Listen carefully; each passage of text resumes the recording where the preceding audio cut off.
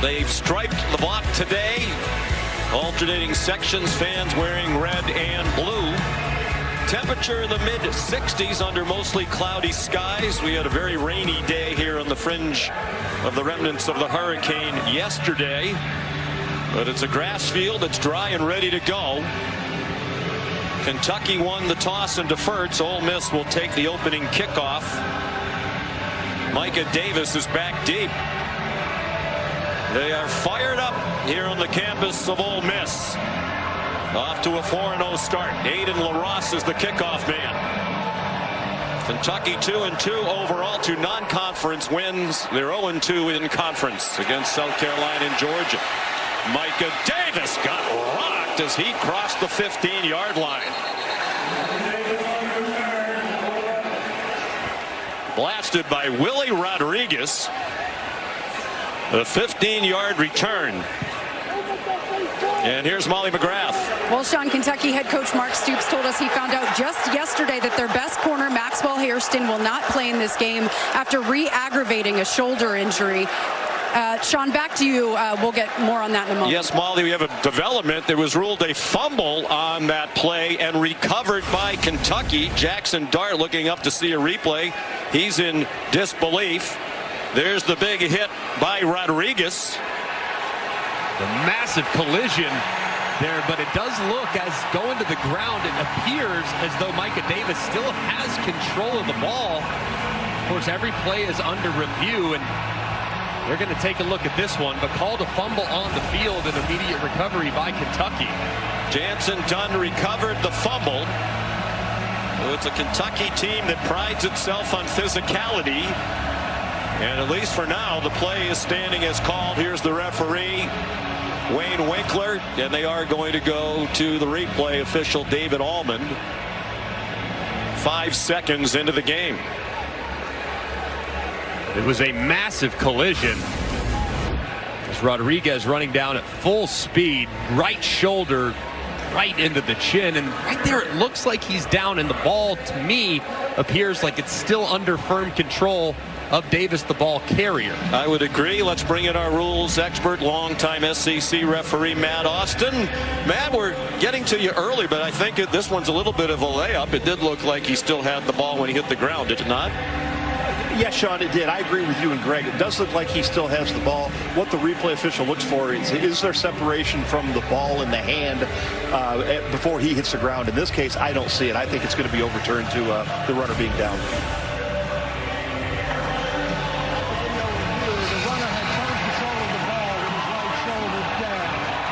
No fumble. It'll be first down Ole Miss at the 16-yard line.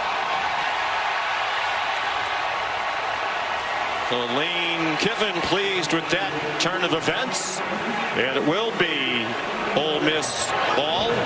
Molly, sorry to interrupt. Continue, please. Yeah, no problem, Sean. So Maxwell Hairston out for this game after re-aggravating a shoulder injury. He didn't make the trip to Oxford. All signs pointed to him playing earlier this week, so it's DJ Waller stepping in. True freshman Ryan Nichols will also rotate in, and Stoops said the biggest thing missing without Hairston is communication and leadership in the back end. Guys.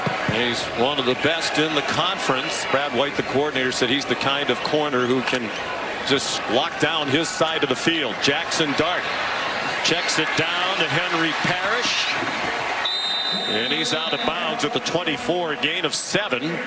Parrish, their leading rusher, started his career at Ole Miss, transferred to Miami, and he's come back to Oxford. And Ole Miss is outstanding at starting fast. Play tempo, try to shock the opponent with how quickly they operate offensively. See the improvement year to year from Dart, particularly with his accuracy. Second in the country in completion percentage behind Dylan Gabriel of Oregon right now. And right on cue, on target, first down and more. Trey Harris. Or check that, Caden Lee, the slot receiver, with a gain of 16. It's a deep receiving crew. They go about as fast as any team in the country. Dart given time by what they think is an improved offensive line. And a short throw caught at the 48 by Henry Parrish.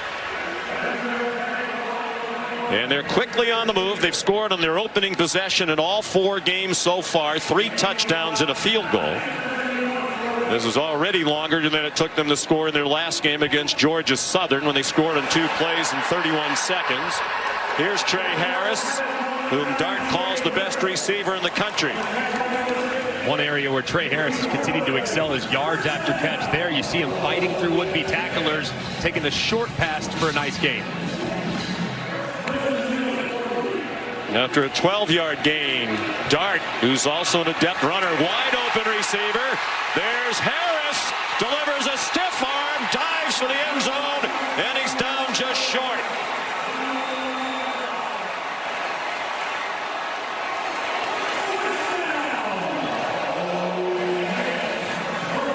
But already you can see some of the defenders, especially Keyshawn Silver, the nose, slow to get back into the play. He was offside as they snap the ball. There is a flag.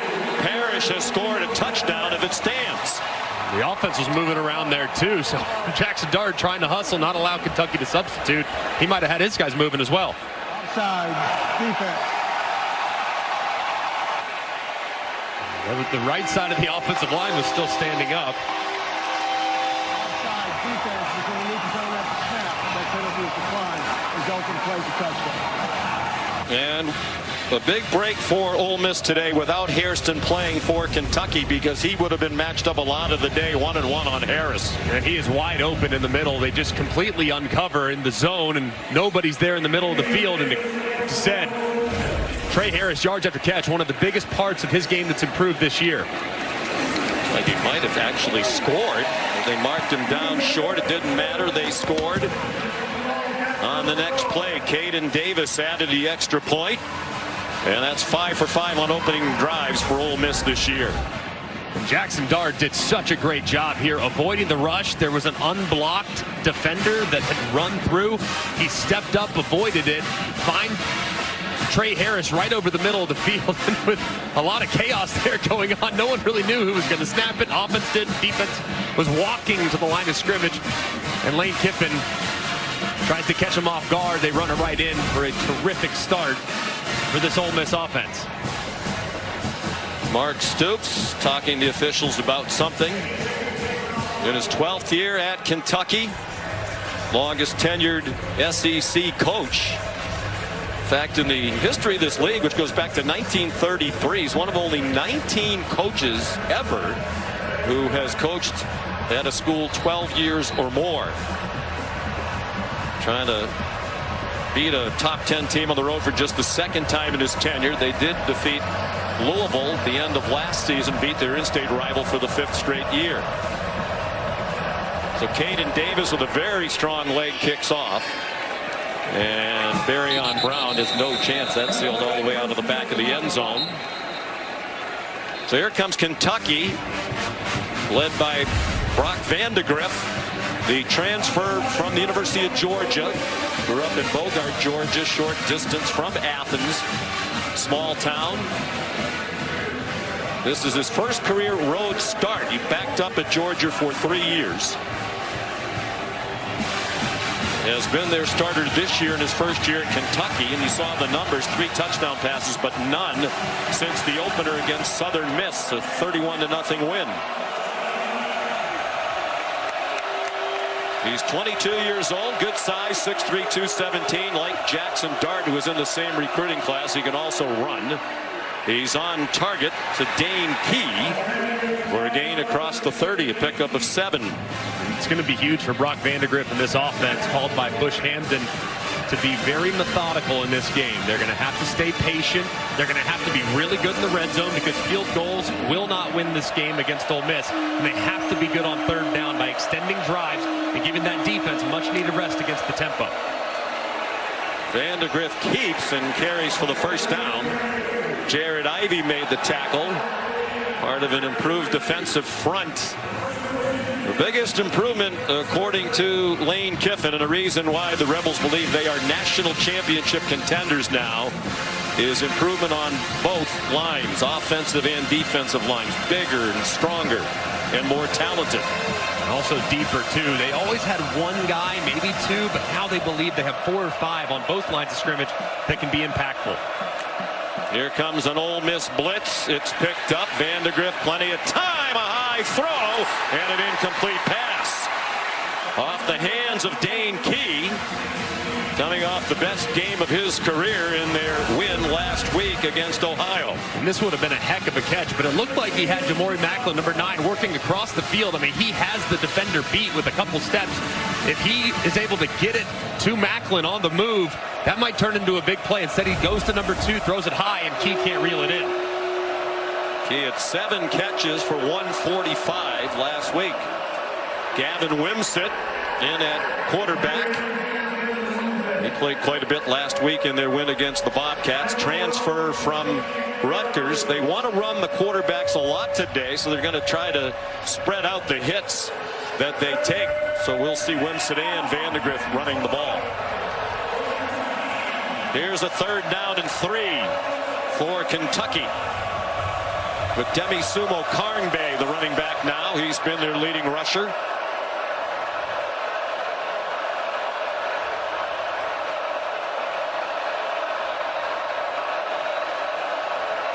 Four receivers, another blitz, and this catch in traffic by Key. And he fights across midfield for a Wildcats first down. Tackled by John Saunders Jr. after a gain of 8. It's a great job they get Key going against outside leverage on a little slant move. They pass off this stack. He gets to work against the defender, Saunders, who's outside. He breaks inside. It's well-timed throw by Vandegrift because the coverage is pretty decent. The strong Key reels it in for the conversion. Gavin Wimsett back in at quarterback now. Fake the option look to Sumo Karngbe, and he picked up a couple. He was the starting quarterback last year at Rutgers, but Greg Schiano told him after spring practice he was not going to be the starter this year, so he jumped in the transfer portal late and returned to his home state of Kentucky. He's from Owensboro. The staff likes him too. They say he's a great runner, electric with the ball in his hands. He's a better thrower than you realize. Don't fall asleep when he's in the backfield. He might throw it over your head. He's big as well, 6'3", 227 pounds. Vandegrift scampers out of bounds, chased out by Trey Amos, one of many talented transfers on this Ole Miss team. He came over from Alabama, has also played at Louisiana. They feel like Amos might be the most talented defender in the back 7, which is saying a lot. There's a lot of really good players, but they think he's just starting to scratch the surface of his potential. And here, 3rd down, 6 plus territory. Strong possibility. It's 4 down territory here for Kentucky. Got to be aggressive against Ole Miss. They know Ole Miss is going to score, so they said they would try to be aggressive, take some chances when appropriate. Vandegrift very close to the first down. Chopped down by Jaden Kennedy. They're going to mark him about 1.5 feet short. And a decision for Mark Stoops. 4th down hasn't been kind to them. Since the beginning of last year, the worst percentage in FBS football. They line up quickly. Will they snap it? They do. Sumo Karngbe, first down. He is a tough runner at 6 feet 210. We saw that, Greg, in the game against Georgia when he ran inside all night with great effect against the Bulldogs. And he's a very decisive runner, extremely patient, does a great job of finding those soft spots along the defensive front. Exactly what Kentucky needs to do, control the ball. This will be the 10th play of the drive. This might be a double pass. Dane Key back to Vandegrift and a high throw. They had it. There is a flag down in the secondary back at the 20-yard line.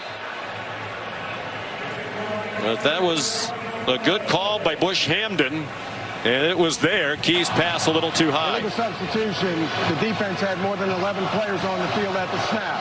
5-yard penalty, replay first down. And penalties have been a problem for Ole Miss, 11 of them in each of the last 2 games. Lane Kiffin says that's one thing they need to clean up going forward. And in particular on defense, too. I mean, they've had a couple turnovers wiped out as a result of penalties defensively, and they've also allowed drives to extend. So Lane's made it a huge priority, and hopefully the defense will respond to the challenge. First down and 5. Another design run for Vandegrift out of the gun, a quarterback run, and a good one. Down to the 22, an 11-yard gain for Vandegrift. This has been a pretty nice answer here so far for Kentucky, but this is the part of the field where they've struggled so far this year. They have not been a great team in the red zone, scoring only 7 touchdowns on 13 drives, so have to be efficient as the field starts to condense. You can do that by running the football. They have not scored a touchdown in either of their 2 SEC games. They lost both at home, 31-6 to South Carolina and 13-12 against Georgia. Then ranked number 1 in the country. Wimsatt back in. Gavin Wimsatt breaking tackles. He has another first down to the 11-yard line. Sontaran Perkins made the stop, a gain of 11. And this is a good job off quarterback counter. Wimsatt sees it, reads it, and it's good flow over the top from right to left. Ole Miss, Wimsatt sees it, cuts it back, and finds some open space. Wimsatt's been a nice rhythm running the football so far. And in the huddle, both quarterbacks here, Wimsatt and Vandegrift. It'll be Wimsatt taking the snap, at least we think. And Vandegrift, the starting quarterback, wide left. Wimsatt follows Sumo Karngbae, and he got blasted by Walter Nolan, the transfer from Texas A&M. A big reason why they think they're improved to the defensive line. This is a big-time play here by Walter Nolan. I mean, he starts on the left side of this offensive line and works his way all the way across to make the play. I mean, look at how many white jerseys he has to get through. He does, and makes the play at the line of scrimmage.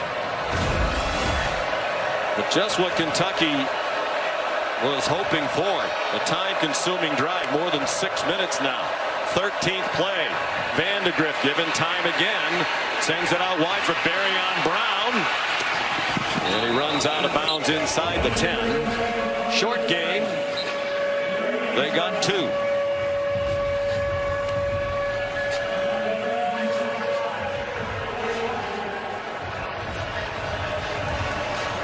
Third down and 8. They could get a first down at the 1-yard line.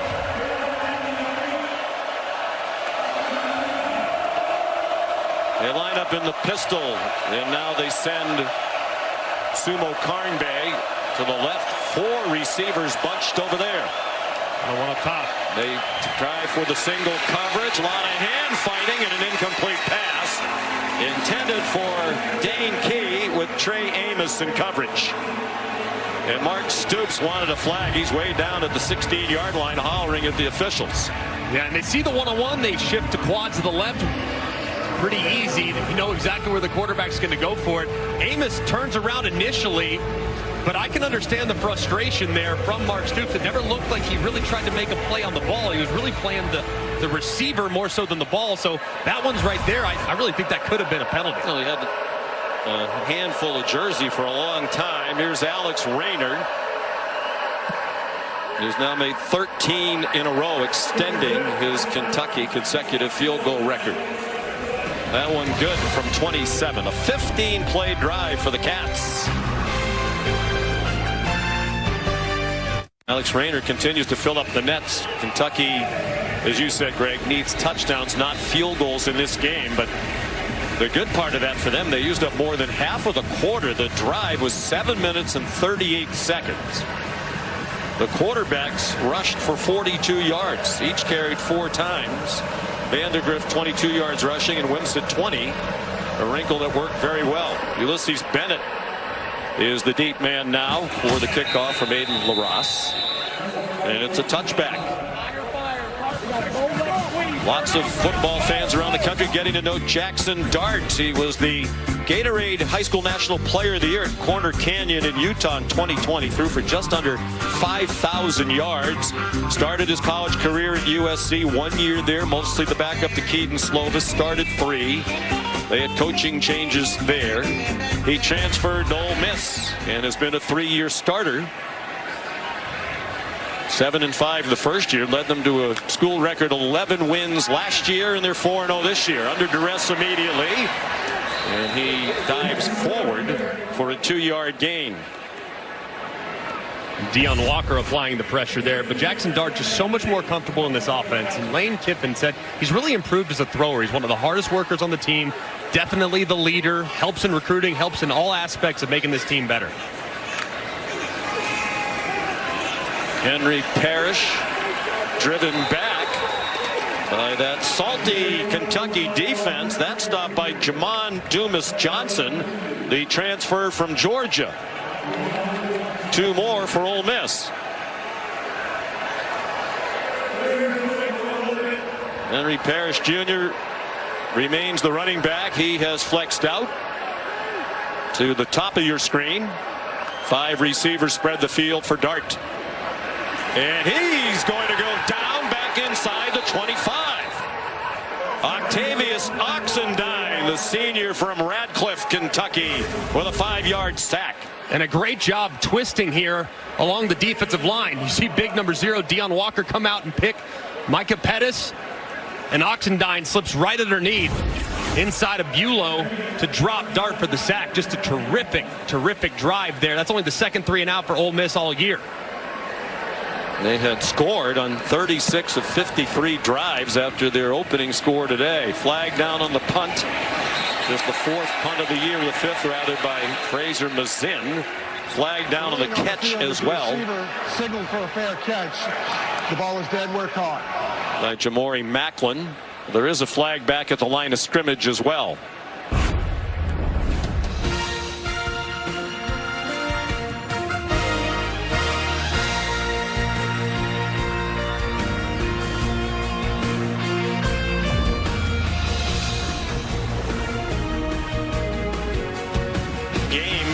This season sold out. While we were away, there was the announcement there was an illegal motion penalty against Ole Miss on the punt. So Kentucky took 5 yards at the end of the play. The fair catch at the 29. The penalty has moved the ball to the 34. That's where they start, led by Brock Vandegrift, who led a 15-play field goal drive on their opening possession. He throws quickly to Barryon Brown, who's tackled by Chris Paul, the linebacker who transferred in from Arkansas. Offensive coordinator Bush Hamden has done a pretty good job here on this opening script. They have to get the run game going. That was imperative.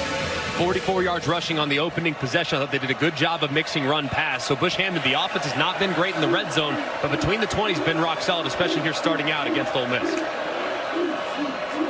Play fake. Vandegrift throws for Key, who got spun around as the ball arrived.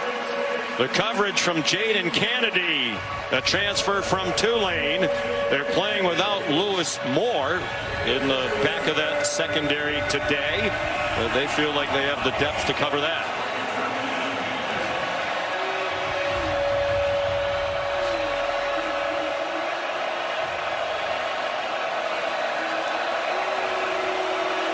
Third down and 8.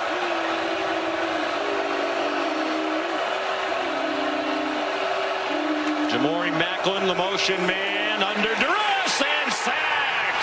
Vandegrift down. Jared Ivey first there.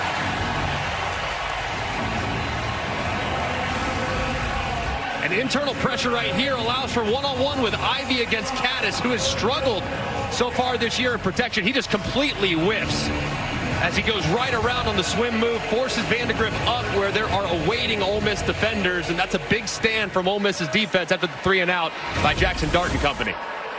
Aiden LaRosse took over last week from Wilson Berry as the starting punter.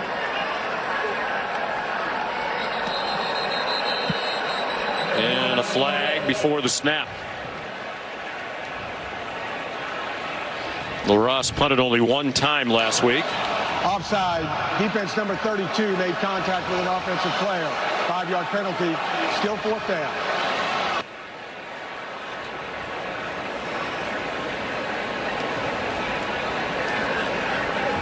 Chris Graves Jr. LaRosse is a transfer punter. 1 year last year at UT Martin, where he led FCS football in punting average better than 47 per punt. He was at Charlotte for a couple of years prior to that. If you haven't played at least 2 schools by now, you're not well traveled in college football. Several on both teams here today have played at 3 schools. A lot of helmet collections going on in college football right now. Well, Ross is from Cape Town, South Africa. High punt. And Jordan Watkins the fair catch. Booming kick by the South African. 48 yards and no return. Here in Oxford, the start of a great day of college football on ABC. Capped by the game of the year so far in college football. Tonight from Tuscaloosa, number 2 Georgia, number 4 Alabama. Presented by Capital One, the first top 5 matchup of this season. Georgia 49-2 over its last 51 games, both losses to Alabama, including last year's SEC title game that kept Georgia out of the playoff. On first down, Jackson Dart throws to Trey Harris. J.Q. Hardaway the tackle, but it's 11 and a first down for Ole Miss. And they're going to keep attacking this corner group from Kentucky with the outstanding Hairston being out. Quarterback draw for Dart. And he lost his helmet as he got knocked down just shy of the 40 by Christian Story, a transfer from Alabama. So Dart has to come off the field, and Austin Simmons, his backup, comes in on a 2nd down and 2. Just a big collision, and helmet just comes right off, as does the headband with that beautiful flow coming out of the helmet. You and I have some hair envy. Comes to Jackson Dart. Henry Parrish carries for the first down, and Dart will come back in. Final minute of the first quarter.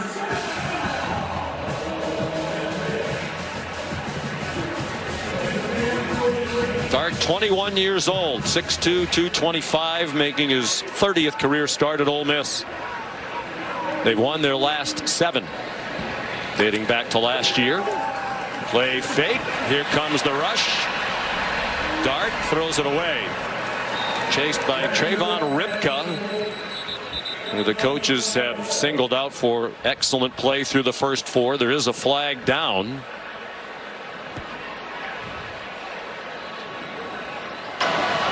Holding. Offense number 57. 10-yard penalty. Replay first down. Micah Pettis, the mammoth right tackle at 6'7", 350, a junior from Madison, Alabama. A big collision here along the right side of the offensive line as the defensive linemen all run up inside. They try to get a little twist, and he falls down, tries to save life. He grabs it right there. He grabs the right foot as the defender's trying to get outside, and a good call by the official. This defensive line for Kentucky's given this Ole Miss offensive line some problems here early. Dart, play action pass, going deep for Harris. He had a step in double coverage, but it was a little bit too long. Jordan Lovett and J.Q. Hardaway keeping their eyes on Harris, who came into today 2nd in the nation in receiving yards and average receiving yards per game at 157. Just a couple of yards per game shy of Nick Nash of San Jose State. Harris off an 11-catch, 225-yard, 2-touchdown game against Georgia Southern. Dart pressured again on the run, hoping for a block from his tight end Caden Prescorn. And he's out of bounds at the 41, a 13-yard gain, but still well shy of the yard to gain. They need to get to the Kentucky 47. That's the end of the first quarter. Ole Miss leading Kentucky 7-3. Our presentation of college football on ABC will return after this message and word from our ABC stations. It's between us and them. It's a personal problem for us. Okay, that's fair. How do you think your defensive front is handling this tempo? The defensive front is playing pretty good when we're set, when we have some urgency. We had some times to finish them, and we have to do that. But they've been disruptive. Thanks, Coach. Thank you. 7-3 Ole Miss as we go to the second quarter. Sean McDonough, Greg McElroy, Molly McGrath, Matt Jones in at running back. The Rebels with 3rd down and 7. Just across their own 45. A blitz from Kentucky, and down goes Dart. They have brought consistent pressure, and it's Deion Walker Lane Kiffin, Greg, yesterday marveled. There's Brad White, the defense coordinator, about what a terrific pass rusher Walker is for his size. And this is great. I mean, they get all the offensive linemen on islands. They blitz De'Eric up the middle to try to occupy the running back, and Walker is just waiting for Dart to escape. He locates him quickly and drops him for a big third down stop. He is 6'8", 340. Told us some of his good footwork comes from being a basketball player in high school at Cass Tech in Detroit. Good punt by Fraser Mazin, the Australian. It bounced out of bounds at the 9-yard line, a 50-yard boot. Here's Molly.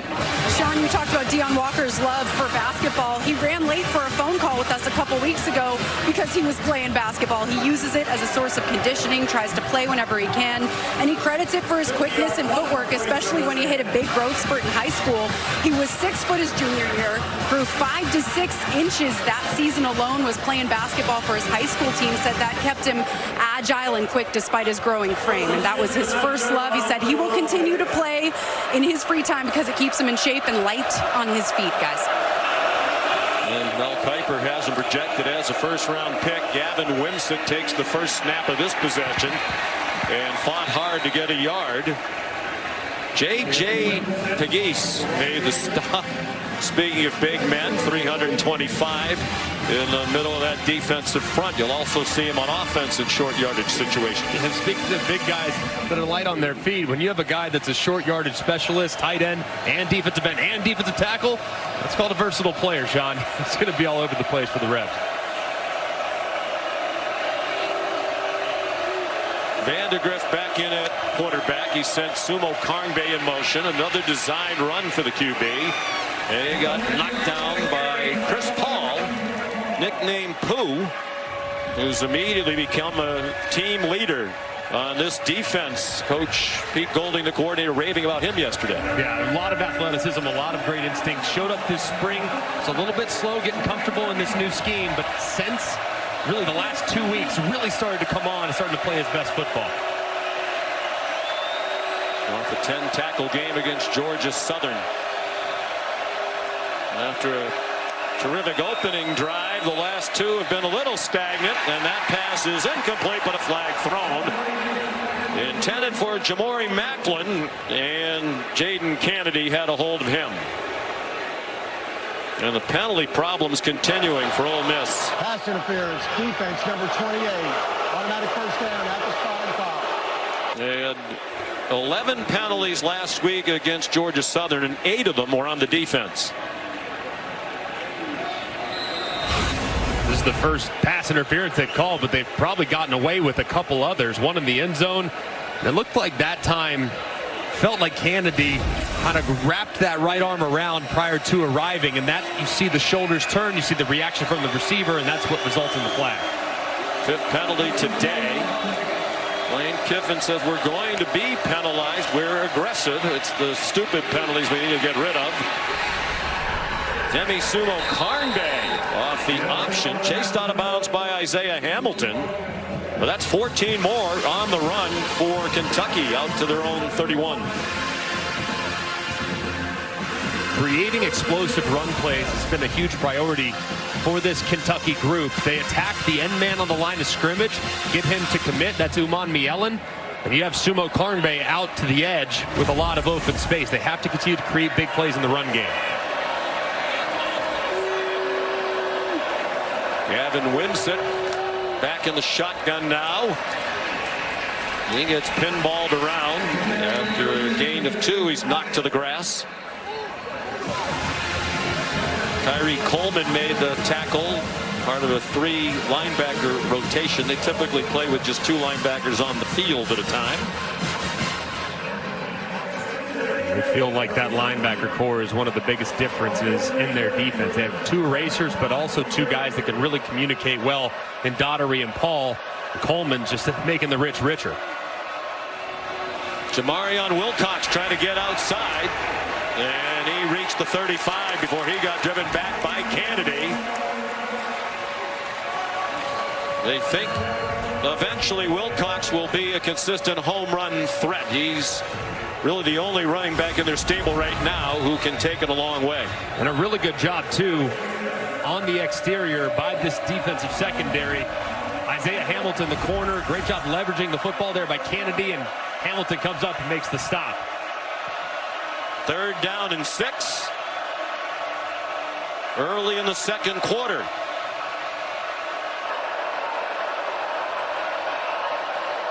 Vandegrift, clean pocket, open receiver. Fred Ferrier, very close to the first down.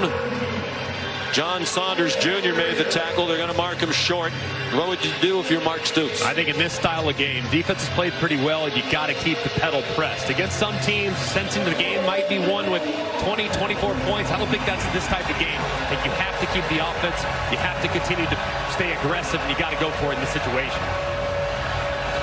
4th down and a foot.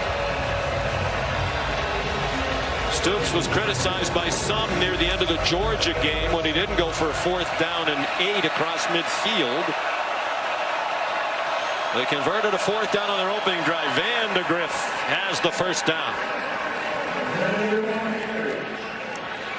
I agree with you, Greg.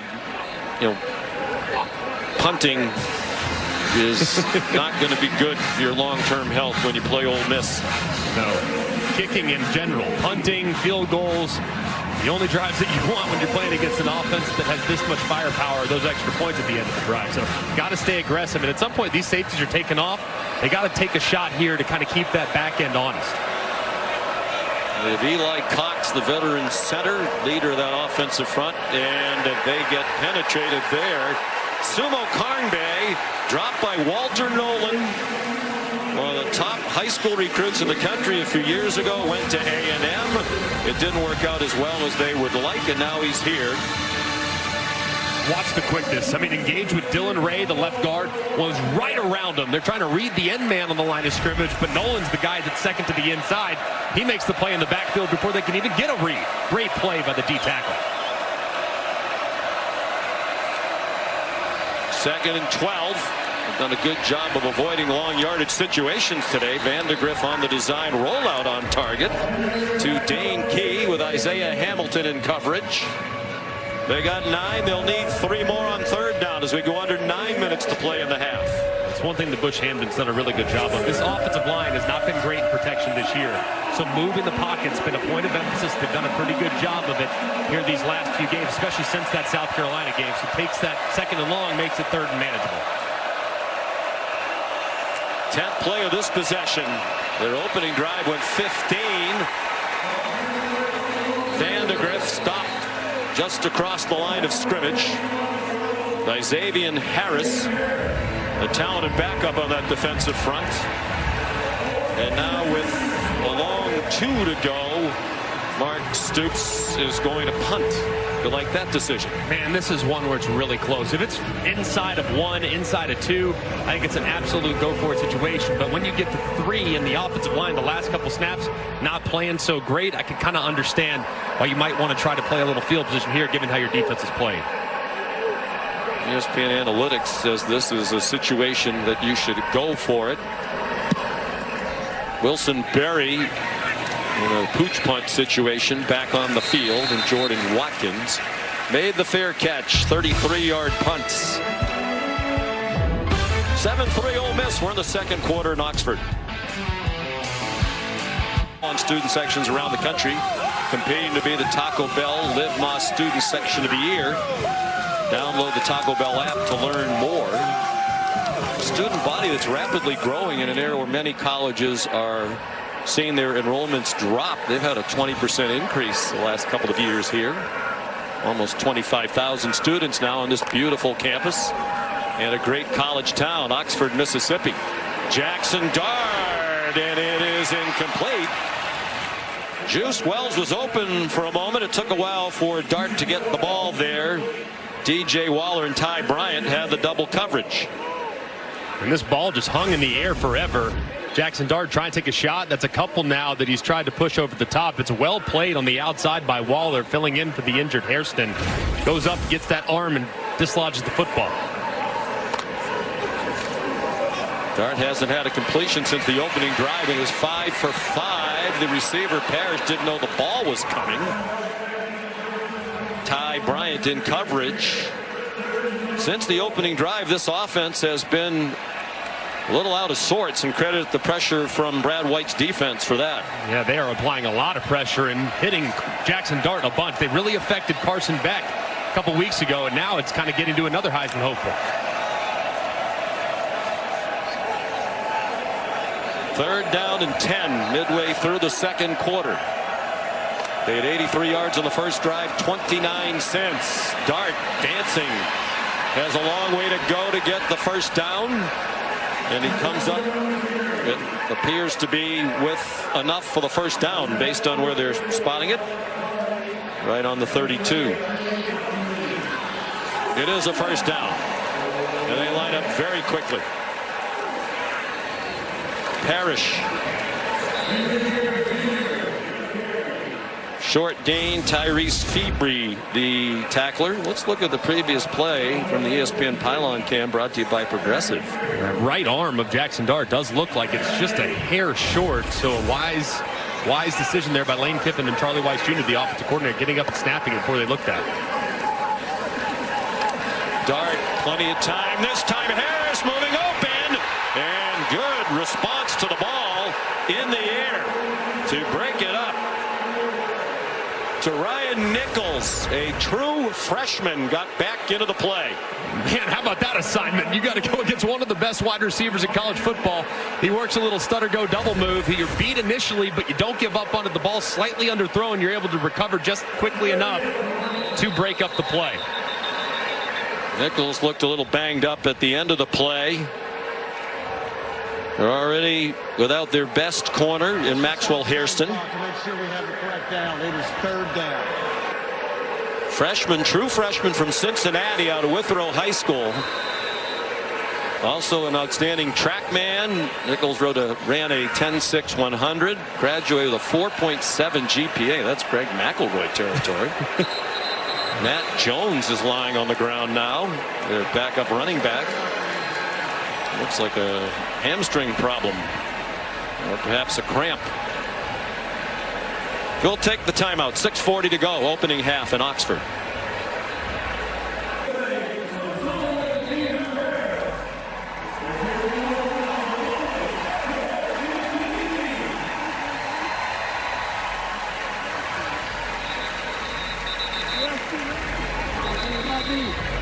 All right, Kevin, thank you. We're back.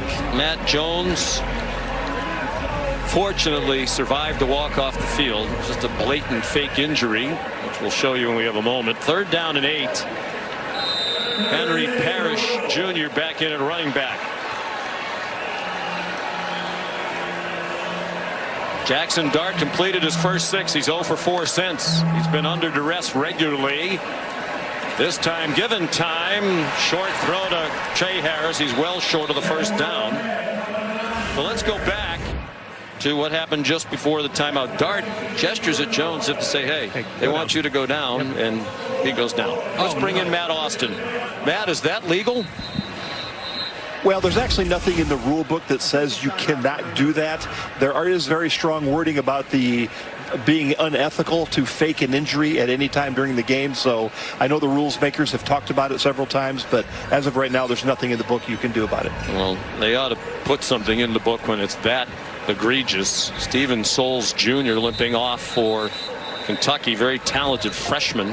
They're excited about. I watched the tape, I know you did too, of Ole Miss's game against Wake Forest. It got to be ridiculous because usually on the defense, right, it's usually to stop the momentum of the offense. I can't say I see it very often from the offensive team that's usually on the attack.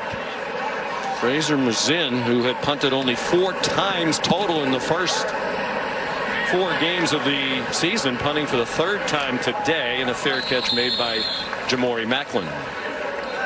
Here's Molly McGrath. Well, Sean, Kentucky corner to Ryan Nichols went back to the locker room to be evaluated for a shoulder injury. He's done a great job covering Trey Harris in Max Hairston's absence, and I'm told he is questionable to return, guys. Just kind of lands awkwardly there, and That was a heck of a play by a true freshman. I mean, you're on an island, a double move against one of the best receivers in the country, and you somehow are able to recover and make a play, so hopefully he can return. The Dr. Pepper Championship Drive Game of the Week from Oxford, Mississippi, number 6 Ole Miss. 4-0 against 2-2 Kentucky. This is similar to the game played between these two teams here 2 years ago. A 3-point win by Ole Miss in a low-scoring game. Demi Sumo Karngbae across the 25-yard line. That one 2 years ago was a 22-19 Ole Miss victory. Got to feel great if you're Kentucky, too. You weathered the early storm, gave up that initial touchdown, but now you've settled in on both sides of the ball, and you're really dominating time of possession 2-1. There are those numbers. Have to get yardage on first down. They did. Sumo Karngbae working hard to get a yard there. He was Demi Sumo when he started his career at NC State. He said he added Karngbae, it's his mom's name, to honor her. From Willingboro, New Jersey, near Philadelphia. They're 1 out of 6 on third down. They have converted a couple of fourth downs. 5 minutes to go in the half. Van de Graaff fights for the first down. Design quarterback run against the 4-man rush. Good for 6.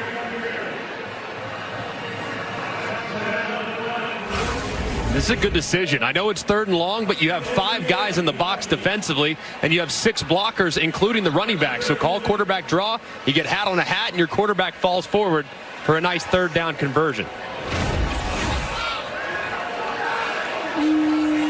Similar game to when they played number 1 Georgia back in Lexington on September 14th. Low scoring. The offense did some good things but couldn't score touchdowns.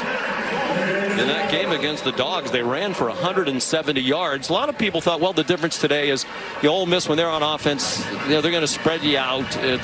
Whereas when you play Georgia, you know it's going to be a game in the trenches, and that's the kind of game Mark Stoops' team likes to play. Yeah, they're very comfortable matching up in a heavyweight slugfest where you're just throwing haymakers at each other. But when you get into a track meet, that's advantage Ole Miss. So far, the pace of the game, the tempo of the game is favoring Kentucky, and these long time-consuming drives are disrupting the rhythm of the Ole Miss offense. Will they take a shot down the field eventually? Van de Graaff zings one. Dane Key, first down across midfield. They have 3 wide receivers on their team with 1,000 career receiving yards, but Key's become the key lately. And this was a really nice route here by Key. Soft coverage, break inside, but don't break inside too fast.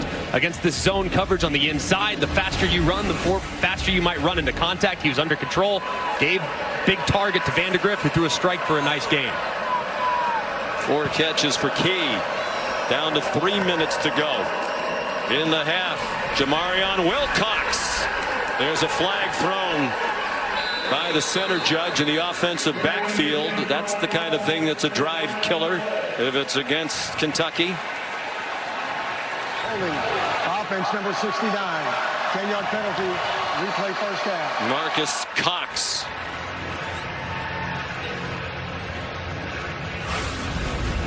If he's engaged on the left side, you're going to see the defensive tackle slide out, and he grabs him. And as Wilcox starts to break to the outside, Nolan's jersey gets grabbed, and it was an easy call by the center judge, who was all over it.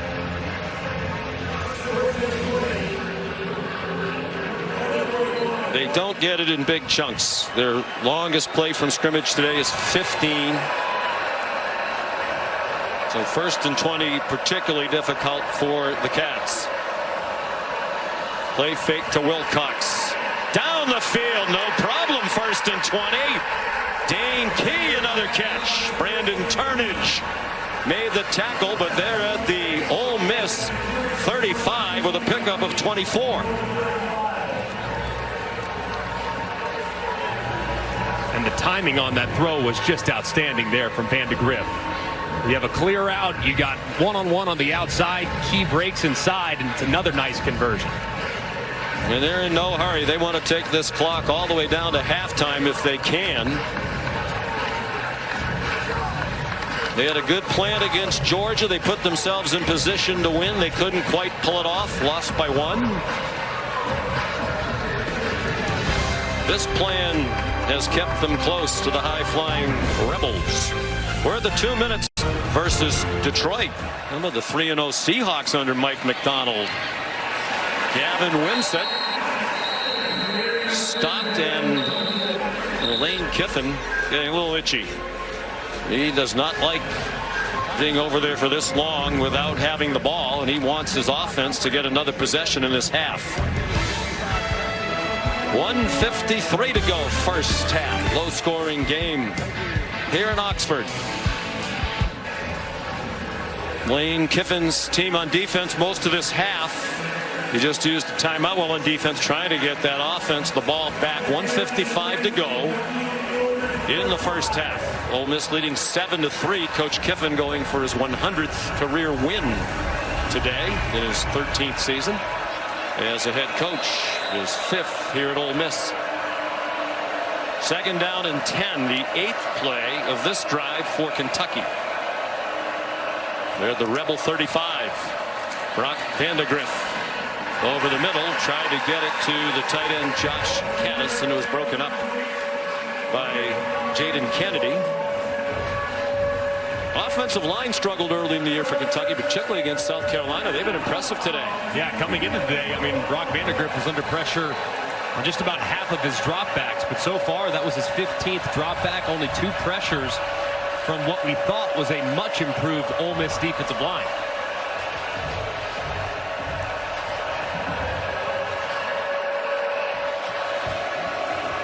Third down and 10. They are in field goal range for Rayner. This is the 3rd Kentucky SEC game of the season. They're going to use a timeout. And they haven't scored a touchdown yet.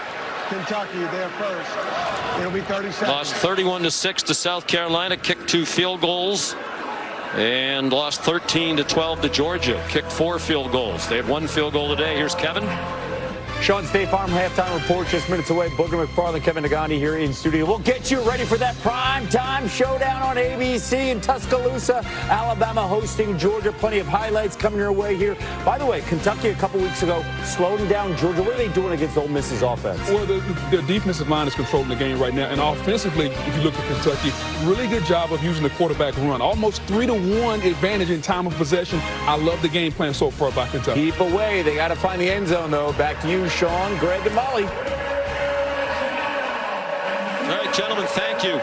Third down and 10, 1:51 in the half. 2 timeouts for each team now. Demi Sumo Karnbay on the left of Vandegrift. It's an Ole Miss blitz. It's single coverage, and it is incomplete. Intended for Dane Key. Flag down. Trey Amos had the coverage. Key immediately went spinning, looking for a flag as the ball sailed past. Pass interference. Defense number 9. 15-yard penalty and an automatic first down. Amos got away with one a little bit earlier. This time they see the one-on-one. Amos locked in with Key. See the left hand is grabbing the jersey the whole way. I mean, I think the official sees it.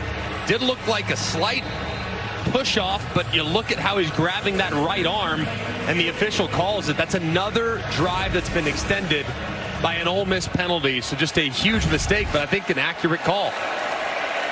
So many of these penalties on the defense. 2 today, 8 last week. Huge break for Kentucky. Jamarion Wilcox broke free from a couple of tackles and goes down inside the 15. Xavier Harris missed the tackle. Walter Nolan managed to get the redshirt freshman Wilcox on the grass. And Ole Miss uses its second timeout.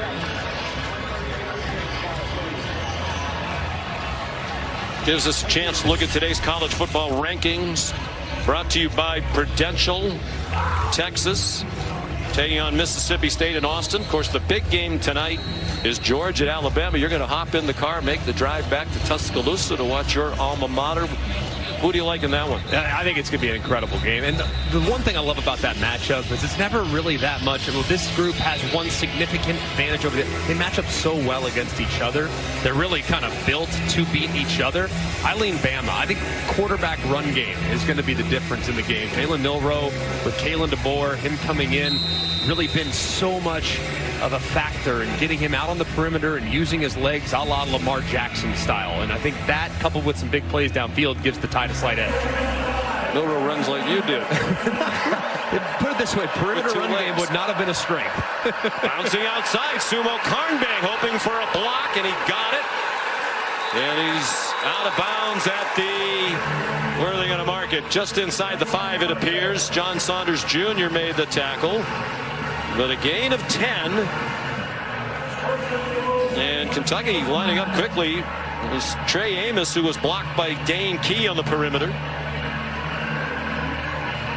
Clock stopped with the ball going out of bounds. This will be the 11th play of the drive. I think Mark Stoops is trying to argue with the official that made the call stopping the clock that he used to actually tackle inbounds, try to take a little more time off this clock. Yeah, I think he'd ideally like to score on 3rd down. They fake the reverse action. Wilcox dropped for a loss by Xavier Harris, and Lane Kiffin determined to get that offense back out. They're going to use his last timeout.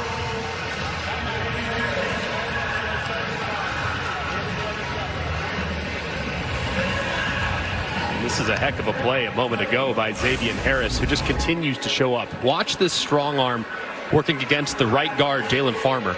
I mean, that right arm really completely pushing the 320-pound right guard into the backfield. He allows him to get some separation so he can locate the running back where he drops him for another big loss. I mean, this D-line, there's been really bright moments in this game. A couple of loss-contained plays, a couple quarterback runs that have hurt them.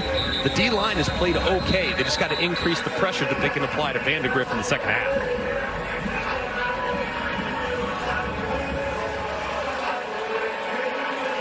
For the most part, Kentucky's done a nice job neutralizing what Ole Miss thought was a much improved defensive line. Would you be a little concerned if you're a Rebel fan about the defensive line based on this? Yeah, I think a little bit for sure. I'm a little more concerned if I'm Ole Miss about the offensive line and their inability to protect their quarterback against these Wildcat defensive linemen. Wimsett will take the shotgun snap. He is stacked up and driven back. Princely Umanmielen and Trey Washington. And Kentucky will use all of the time. Lane Kiffin can't stop it now. And Greg, this feels like it needs to be a touchdown if you're Kentucky, and it's going to be hard for them to do from the 10. Yeah, and they go backwards on 1st and 2nd down with simple inside run is really demoralizing. But you now are going to be able to take it down to about 40 seconds before you call timeout. They're going to take the play clock all the way down here and use their timeout. Yep. And that'll give him a chance to kind of think about for a little bit more time what the best play is in this situation. But I agree with you. I mean, drive has to absolutely end in points, so don't throw it into traffic. But, man, it's going to feel like a huge win for Ole Miss's defense if they can go to the half, having just less than 8 minutes of time of possession here in the first half, still with the lead. Well, they have to find a way to get off the field. Pete Golding is the defensive coordinator. Really pleased with the way the defense has played, but he knew this would be a different test against this Kentucky team today. You know, the plan, like the Georgia game, Greg, it feels like they're executing to perfection, but to be perfection, it needs touchdowns at some point. I mean, they just can't seem to stay in front of them. When the defensive back's against the wall, their O-line just seemingly can't win. Vandegrift's 9 out of 13. Ole Miss showing blitz, brings a blitz. He's given time, throws the slant, broken up. There's a flag down to the end zone. Intended for Dane Key. Trey Amos had the coverage. Well, the offensive lineman for Kentucky down there woofing. He needs to get away from that. Holding defense number 9. Half the distance to the goal and an automatic post out. So Amos is talented, but he has been grabby. Working against Key, and that's a tough matchup for sure. You see 85 wide open, by the way. I don't know about that one. It's tough to see. What do you see in the back? Yeah, you see the right arm wrapped around Key. It's the right arm that is what leads to the penalty, and I think it's a lot of contact there. Clearly a point of emphasis. I mean, ideally, it ends now for Kentucky with a touchdown, and it will. Dane Key beat Amos in coverage for the Kentucky touchdown. A 5-yard touchdown, their first in SEC play in nearly 10 full quarters this season. And this ball was in the air for a long time, and it's pretty well covered, but Key so strong through the catch. Looked like he definitely had possession. Ball moved a little bit, but it looked like firm control before he went to the ground. I mean, that was really strong hands there by the wideout. Alex Rayner to kick the extra point. Where they have Barry on Brown, they have Macklin, but clearly Vandegrift has complete faith in Key. That 13-play drive aided by 3 penalties against the Ole Miss defense.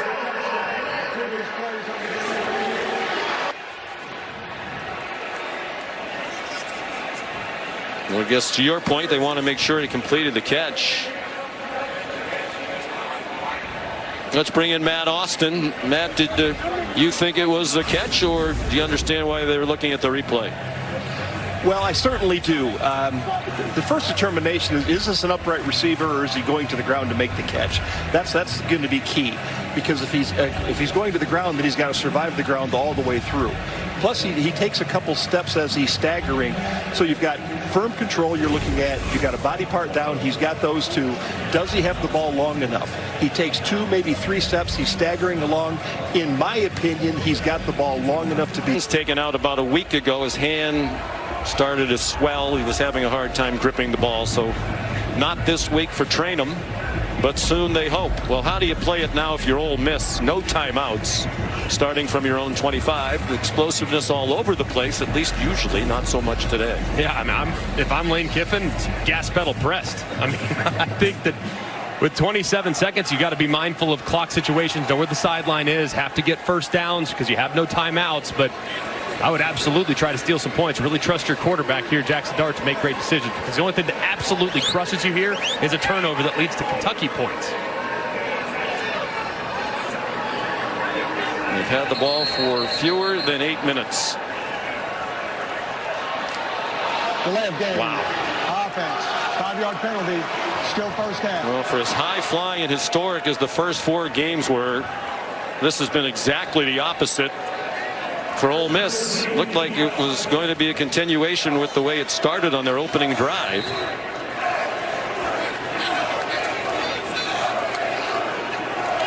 The first time all year they've gone 3 straight drives without scoring.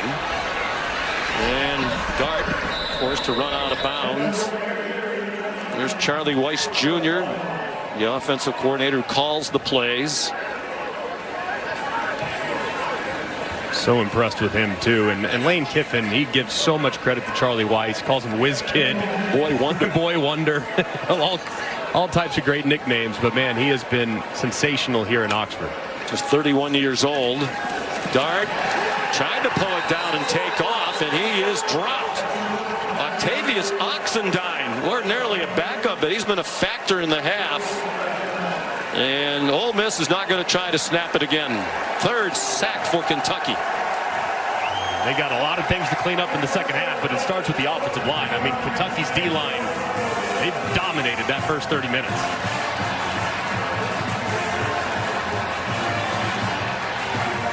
Here's Molly with Lane Kiffin. Coach, Kentucky's winning the time of possession, crucial penalties, keeping drives alive. How does your defense get them off the field? Well, part of that's been ourselves. We've had 3 third-down defensive holding or pass interference on 3rd or 4th down, 3 of them that kept their drives alive. So we got to do much better a job after the first drive on offense of being consistent. And we're in the type of game that we've been in with these guys before. You saw that sack to end the half. What's their defensive front doing to challenge you? They do a good job. They're really good. Like I said all week, these guys got really good players, and we got to do a a better job, and we've taken some shots and missed them deep, and so we're going to have to make those and be more consistent. All right, thanks, Coach. All right, guys. Just the second time under Kiffin, trailing at home at the half. Number 5, Florida, in Lane's debut as the Ole Miss coach. They lost that game. We're at halftime. The State Farm halftime report after this message and word from our ABC stations. Cap, big surprise to the Rebels fans. They're down 10-7 at the half. A team that had put up 600 yards plus of offense in each of the first 4 games. Held to 129 in that first half and barely on the field. Great plan by Kentucky. Yeah, excellent plan. And I mean, their offense, while it hasn't necessarily been crazy productive itself, the keep away and the extending of drives by way of Ole Miss penalties been significant. But I think offensively for Ole Miss, man, they haven't blocked them. I mean, the defensive line of Kentucky has been extremely disruptive. They've forced Jackson Dart out of the pocket, have stopped the run when they've had the opportunity. So it's been very tough sledding for the Rebels here in the first 30 minutes. Here's Molly McGrath. Well, at the half, Kentucky head coach Mark Stoops was most pleased with their defensive front. He said they're playing really disruptive, very aggressive, and we're changing things up on them, making the right kinds of adjustments to keep them guessing. But he stressed the importance of controlling this game and continuing to control it on offense. He said, I know it's going to be hard to control the time of possession. They're going to make adjustments, but we have to continue to attack, be aggressive with our play calling, and he needs his receivers to win some more of those one-on-ones on the outside. So an overall aggressive attack from Kentucky in this second half. Caden Davis's kickoff for Ole Miss, a touchback. So here's Brock Vandegrift operating with a 10-7 lead. And it comes out with a play-action pass. Again, plenty of time and a very short completion to Jamori Macklin, tackled immediately by Trey Washington. A gain of 2 for the transfer from North Texas, where he spent the last 2 years after 2 at Missouri. One thing that Ole Miss also needs to do here in the second half is just continue to ramp up the pressure. They really weren't able to disrupt the rhythm of the passing game at all. Their great pass rushers really didn't have many opportunities, so they got to increase that and put a little more pressure on Vandegrift.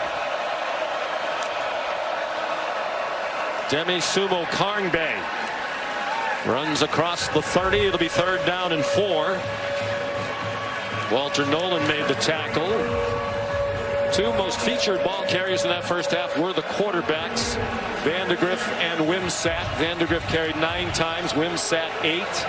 And that rush for Sumo Karngbe, his 7th. Wimsatt on the sideline on this 3rd down. And a long 4. The sellout crowd trying to get engaged. Vandegrift 11 out of 15 passing for 86. Forced to step away, and he's taken down from behind. Princely Umanmielen, the transfer from the University of Florida, with the 2nd Rebel sack. And he just works right around the right tackle, Gerald Mincy. Very few pressures on Vandegrift there in the first half. This time Umanmielen works around it, gets underneath, and drops Vandegrift as he tries to break contain. That's a great start for the Ole Miss defense. They were teammates at the University of Florida. Mincy, the Kentucky right tackle, and Umanmielen, the defensive end for Ole Miss. Aiden LaRosse to punt. Punted just once in the first half. Short one, and a fair catch made by Jordan Watkins. 38-yard punt.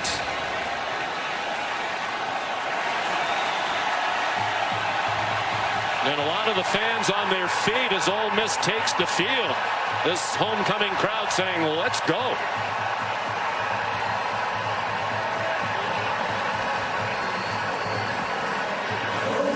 They had 83 yards on the first drive. Had just 46 the rest of the half. They ran 23 plays. The fewest in a first half ever under Lane Kiffin here at Ole Miss. And a rough start as Trayvon Ribka deflected the pass, and it falls incomplete off the hands of Juice Wells. And a big story too has been the corner play of Kentucky. Without Maxwell Hairston, their all-conference performer, and the guys in there in his absence have really stepped up. They do play some zone, a lot of zone. Breaking a tackle, Parrish, and he rumbles across the 50-yard line With an Ole Miss first down. That's 11 on the ground for the senior from Goulds, Florida.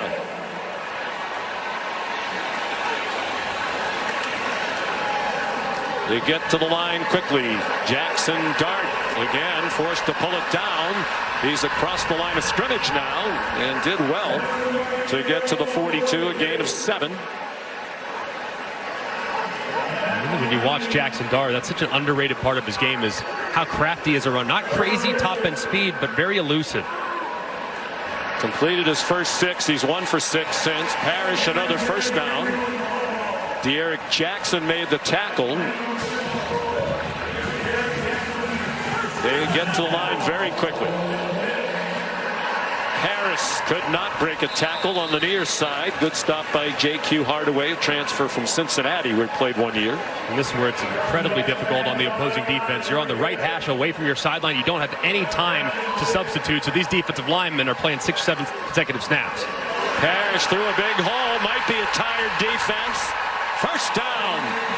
Ole Miss at the 17-yard line. And Brad White's defense has a player down. It's Trayvon Ribka. And you see this a lot when a team goes quickly, not questioning whether or not he's injured, but perhaps we are. Timeout. Great day in the Grove, once called by the Sporting News the holy grail of tailgating sites. Homecoming weekend here on the campus of Ole Miss. Their team down 10-7, but driving on its first possession of the second half. Henry Parrish Jr. for a 2-yard gain. They've averaged a snap on offense coming into today every 22 seconds. 6th fastest in college football. And trying to speed it up here, getting a rhythm to start this second half. Shea Harris the catch. Charlie Weiss Jr. and Lane Kiffin says the coach to quarterback helmet communication really helps get the plays in even faster. And they can talk to Dart just about up to the snap, because the clock goes to 15 before they shut the mic off, and they almost never get under 15 on the play clock. Dart dropped by Jamon Dumas-Johnson.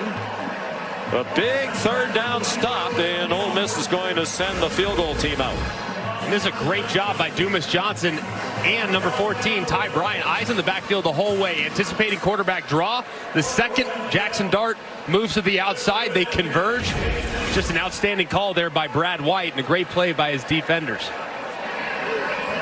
Caden Davis, the chip shot. Charlie Pollock, the holder. Davis is 6 out of 7 this year in field goals. Good from 31. And it's a 10-10 tie. You're watching ESPN College Football on ABC, presented by Tums Gummy Bites.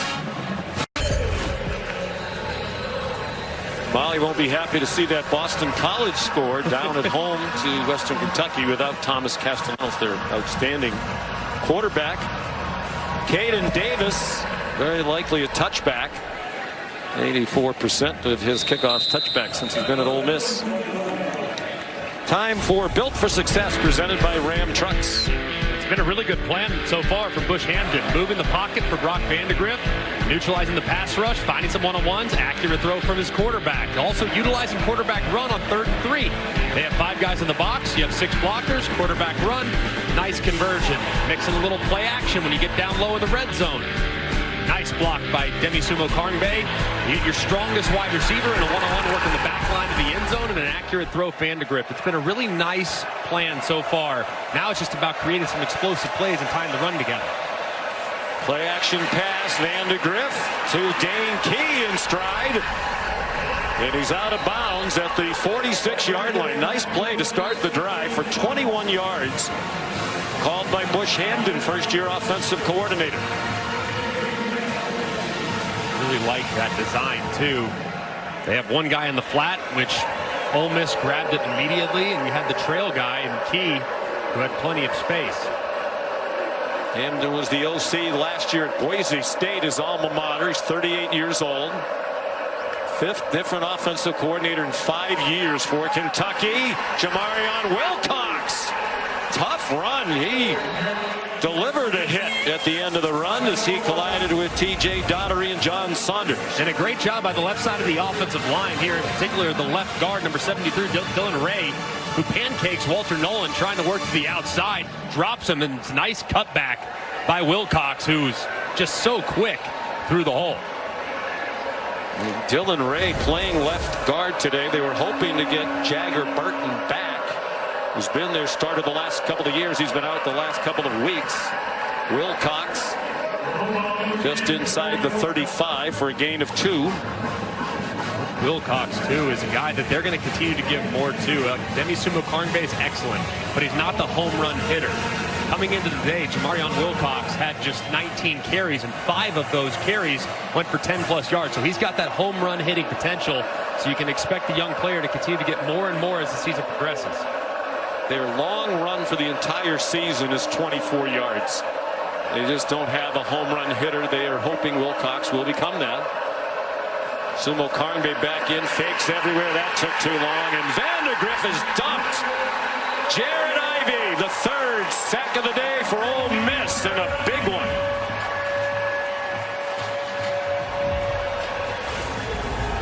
Just massive here. Vandergriff trying to escape, and Ivey hands up into the face. Fortunate there. Ole Miss has been on the receiving end of some big penalties that extended drives, and that one they might have gotten away with. Sure looked like he did. Matt Austin nodding his head. He thought they got away with one there. 10-yard sack. Probably a little too tricky for their own good. And now it's taken them out of field goal range. Vandergriff gets him back into field goal range. Key broke a tackle, but could not get away from Trey Washington. It is close enough to make it decision time for Mark Stoops, but in a low-scoring game with an excellent kicker, he's going to send the field goal team on, or is he? Yes, he is. 15 yards on the last play to Key. So here's Rayner. 1 for 1 today. Second among all active FBS players in points behind Jonah Dalmas of Boise State. 5th year as a kicker, 3 at Georgia Southern, and 2 here at Kentucky. That's a 48-yarder. He's made 14 in a row back to last year. And Kentucky leads again. 6.5 to go, 3rd quarter, 13-10 Cats. 6:31 to go, 3rd quarter here in Oxford, Mississippi. Ole Miss came into today one of just 5 FBS teams that had not trailed at any point this season. Army, Indiana, Tennessee, and Texas, the others. They're behind now, as they were at halftime. Kickoff by Aiden LaRosse is a touchback. Friends, we hope you'll help people affected by Hurricane Helene. Donate at redcross.org/ESPN to help the Red Cross respond and help people recover. Another massive and extremely powerful hurricane. And we certainly are thinking about our friends in the southeast who have had their lives disrupted. Loss of life, unfortunately, again. These hurricanes get more and more powerful. Jackson Dart out wide to Trey Harris. J.Q. Hardaway made the tackle after a 6-yard gain. They've done a pretty good job on Harris today, especially on those little hitch routes. I mean, that's one missed tackle and he could be out the gate. They've held him in check for the most part. He has 82 yards receiving on 7 catches. 39 of those were on one play early. Henry Parrish Jr. for the Ole Miss first down, a gain of 6 to the 37. Does appear here early in the second half. This offensive line for Ole Miss is doing a better job of creating some movement in the run game. To Ryan Nichols back on the field in the secondary for Kentucky. Molly reported earlier he left to have a shoulder looked at.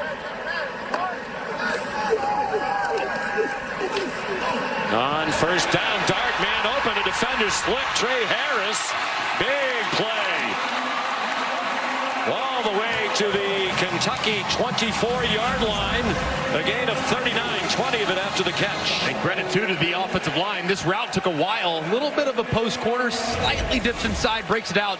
Defender slips in a big play. J.Q. Hardaway, who slipped. Parrish tackled by Hardaway.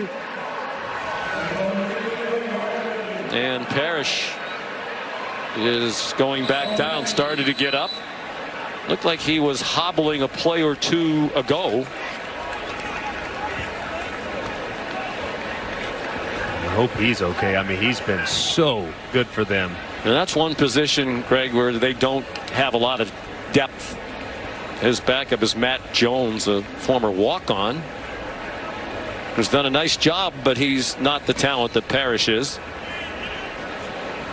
Coming into this game, I mean, only 2 players in college football had more big plays than Henry Parrish in the run game. Takes a big shot a couple plays ago. Gets up just a little bit gingerly on that left leg. But with the tempo emphasis for Ole Miss, it's hard for them to get a substitution because they want to keep the defenders on the field as well. So if the second Parrish comes out, that would allow Kentucky to substitute as well, which would disrupt the rhythm of the offense. Luckily, he's off on his own power, and hopefully he'll be able to return here soon. Well, Matt Jones comes in, the former walk-on, now on scholarship. He's 5'7", but powerfully put together, 200 pounds. Dart, Harris, immediate contact, and the ball's out. But Harris ruled down. Just a 2-yard gain. And another Ole Miss Rebel slow to get up. It's Micah Pettis, the right tackle. That ball's sliding out. That's a fumble. That ball is definitely moving. And I mean, did he secure the catch to him? And the contact was immediate. So a lot of things to look at here. But that ball is definitely moving before he goes to the ground. It's just a matter of whether or not he secured it before that, because this could be an incomplete pass. But you also see clear recovery. So if this is a fumble, it's Kentucky football. There. He's and I'm with you. I think he's able to catch that ball, bring it into his belly, and that ball is moving. But does he ever secure it? Does he ever establish himself? Does he have firm control? That's the big thing that they got to look at. And let's ask Matt Austin what he thinks. Matt? He definitely has firm control originally. He's got a body part down. Does he meet the time factor? He was hit immediately. I would not be surprised if they called this an incomplete pass. Rather than a fumble. Even Correct. now when he's, I don't know, Matt. I mean, he's got the ball in his arm. He's fighting for extra yardage. This is another one, though, catch, no catch, which is it is gray area a little bit in some catch, no catch. And this is great play there by the defender, and hits him immediately, and just how quickly that contact was initiated. But right there, to me, looks like he definitely secures it. Yeah, looking at it in real time, the action that he makes when he tries to jump does show that he does have firm control and can make a football move. And then the ball comes out. Yes, that ball definitely comes out. So you think fumble? After watching it again in real speed, I do like catch and fumble. If so, what a massive play for Kentucky, who was a bit on their heels defensively. But I agree with you, Matt. I mean, I think there was enough in that live speed. Looked like he secured it, brought it into his chest, and then the ball was dislodged. Mark Stoops all smiles at the moment. They showed a couple replays on the big screen here, and you could hear the crowd ooh and ah as if they have the feeling this is going to be the first turnover of the game.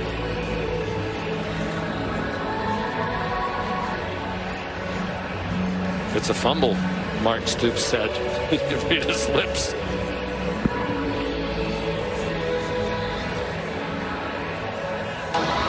After video review, the ruling is a catch with a fumble recovered by the defense at the 18-yard line. First down. I think they got that right. It's the first takeaway of the game, first turnover for either side. Noah Matthews recovered the fumble.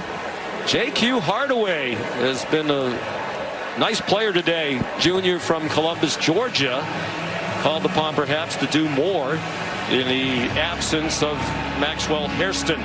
I mean, won a big battle there in fall camp to see who was going to start opposite Hairston, and man, that was as big a play as he's made all season. Just enormous. So first down, Kentucky leading 13-10. Play action pass, well protected again, and Vandegrift is on target. Barryon Brown the catch. 19 yards. Third catch of the day for Brown. He's been a little quiet so far today, but he always is a threat to take the top off the defense. Tremendous top end speed, deep play threat. That time he sits it down for a nice conversion.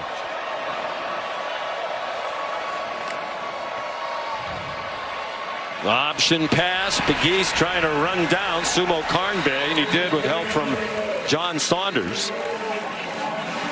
Well, the pass protection so much better than we've seen from Kentucky, particularly against South Carolina with those great defensive ends.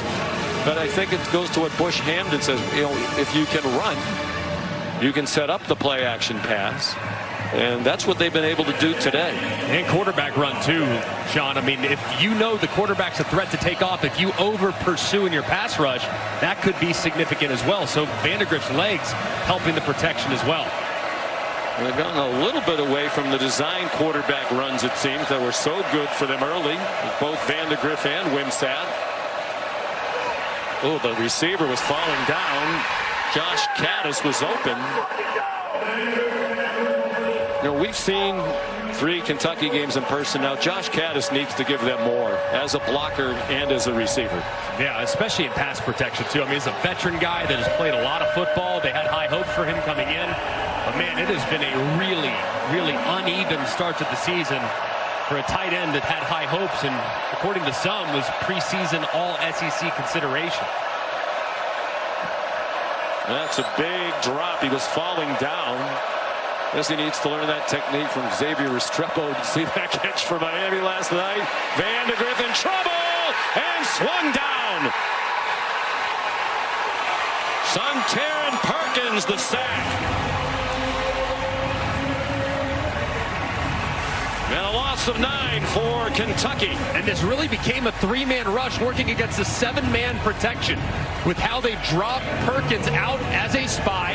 As soon as the rush forces Vandegrift out of the pocket, steps up where Perkins is there to make the play. You cannot allow pressure with a 3-man rush. Just can't happen. And that time Ole Miss makes him pay. Aiden LaRosse to punt. Jordan Watkins back deep.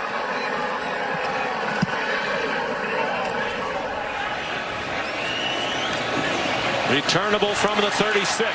And he's stacked up at the 40-yard line. Ty Bryant there for Kentucky. 38-yard punt, 4-yard returners. Molly. Well, Sean, you saw running back Henry Parrish hobble off with a lower body injury. He had his left ankle heavily taped, gave teammates a thumbs up. I'm told he's good to go. Right tackle Micah Pettis also injured, went into the tent, left with a noticeable limp. I'm told he will play, but he's moving very gingerly, guys.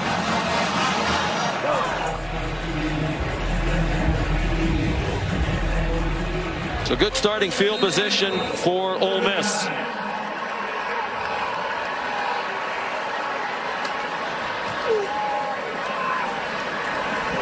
Matt Jones, Parrish's backup, had some mid-major offers out of high school in Jackson, Mississippi. He said, I bet on myself. I walked on at Ole Miss, and it worked out. He's earned a scholarship.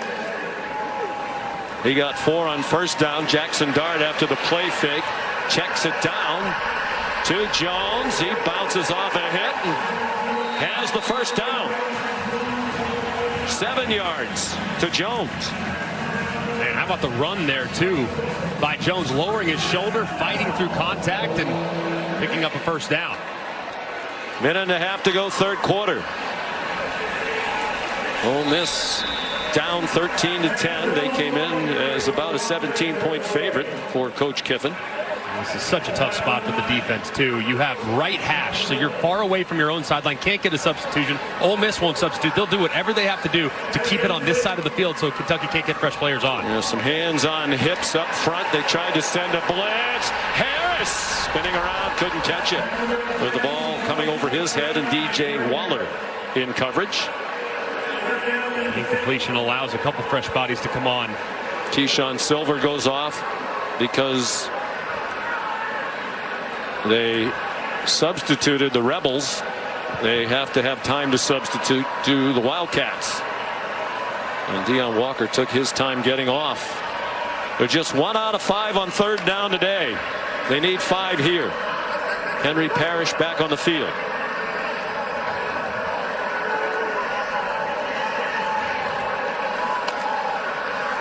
Very rare they take the play clock that far down, and a big play by De'Aaron Jackson, dumping Parrish for a loss.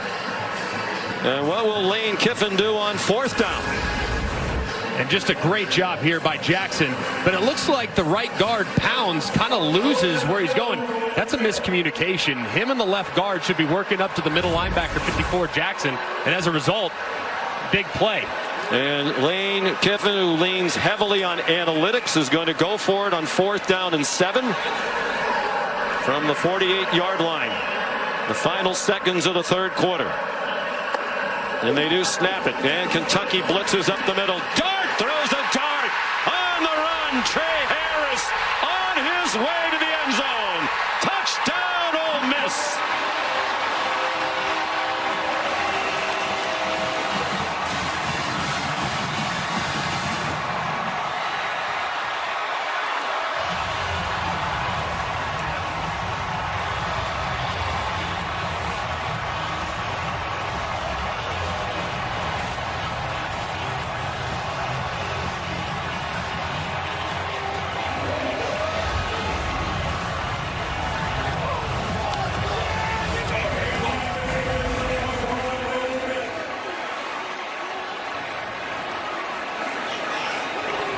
Ole Miss back on top. Here's a big extra point to give them a 4-point lead.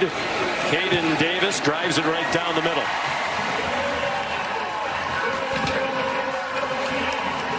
An outstanding execution by Ole Miss. Kentucky opts for pressure. Their running back, Henry Parrish, goes right up and stones the pressure. Great protection, allowing the route, which takes a little bit of time to develop. You have inside leverage against the defender. That's extremely difficult to have an in-breaking route against inside leverage, so it's an outstanding job there by Trey Harris, being patient at the top of his stem, winning underneath, and boom, throwing it in after a great catch and run for the touchdown. Are you surprised they blitzed? They've been getting pressure without blitzing. Not surprised they blitzed, because they did that a little earlier and disrupted some of the rhythm, but the coverage that time, to have inside leverage to get beat inside, that's tough. That's tough to explain as a defensive back. So just a better route's going to beat great coverage every single time. But the catch and run was outstanding by Harris. 10 catches, 170 yards for Trey Harris, and the touchdown. He came into today the only player in the country with multiple games of 175 yards receiving this season. He'll likely get across that if he can add one more catch. Caden Davis.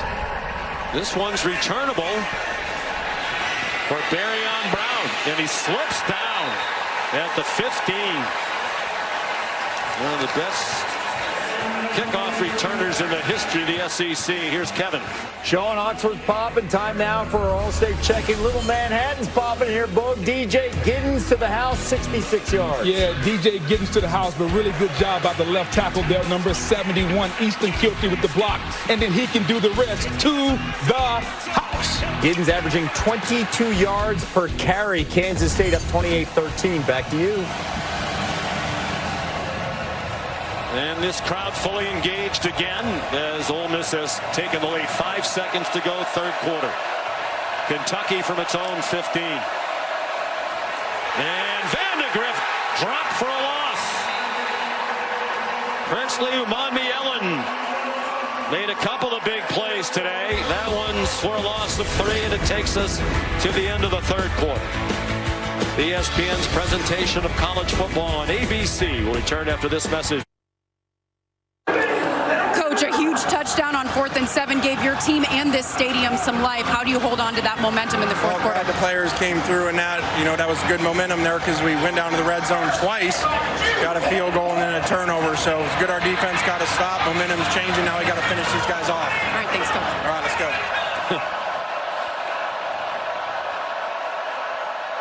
On second down and long, a middle screen. It's the tight end, Willie Rodriguez, off and running.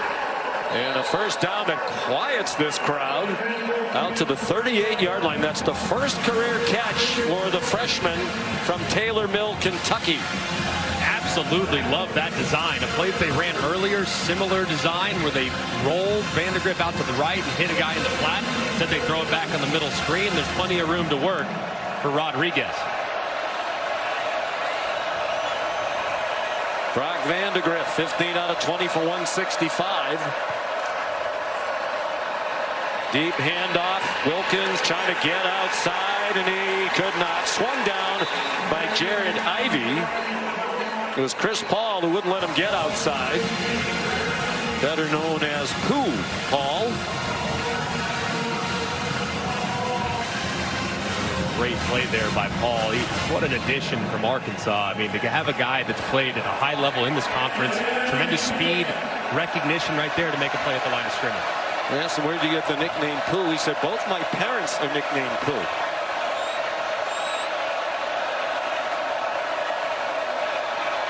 And they both had that nickname before they knew each other. Vandegrift, flush from the pocket. Crowd thought Nolan was held. They might have a point. TJ Donnery put a hit on. There's Chris Paul's parents, Chris Paul Sr. on the left, but both with the nickname Pooh. There is a flag down now. What a nice young man they raised. And Pete Golding, the defense coordinator, was raving about the character of Chris Paul Jr., not related to the basketball player. After the play was over, unsportsmanlike conduct, offense number 7.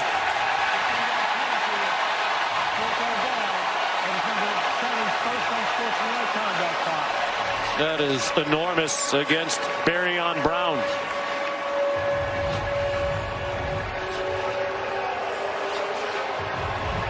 I do think Mark Stoops' team got away with a hold. It definitely did, because it looked like Cox definitely grabbed Walter Nolan as Vandegrift was trying to escape. Third down and 25. Would have been third down and 10. Still tough for Kentucky. Jordan Dingle, the tight end, went in motion. And a run up the middle from Sumo Karnbay, stopped by Sunter and Perkins, and Kentucky will have to punt. Ole Miss has been on the receiving end of some unfortunate and untimely penalties. This time Kentucky backs themselves up with a couple of bad plays and a bad decision there by Barryon Brown yelling at the official, and next thing you know, you're having to punt it away to an offense that has found a little bit of rhythm. Jordan Watkins to field the punt from Aiden LaRosse.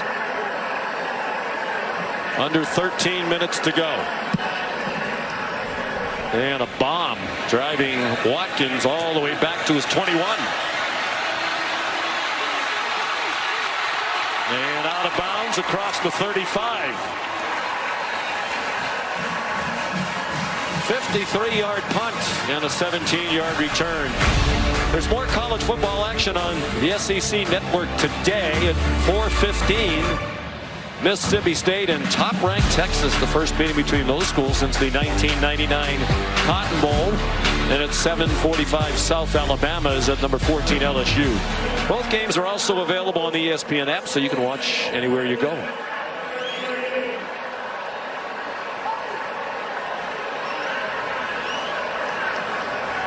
Jackson Dart, 14 out of 20 passing for 207 and a touchdown. Sacked 3 times, all of those in the first half. Henry Parrish Jr.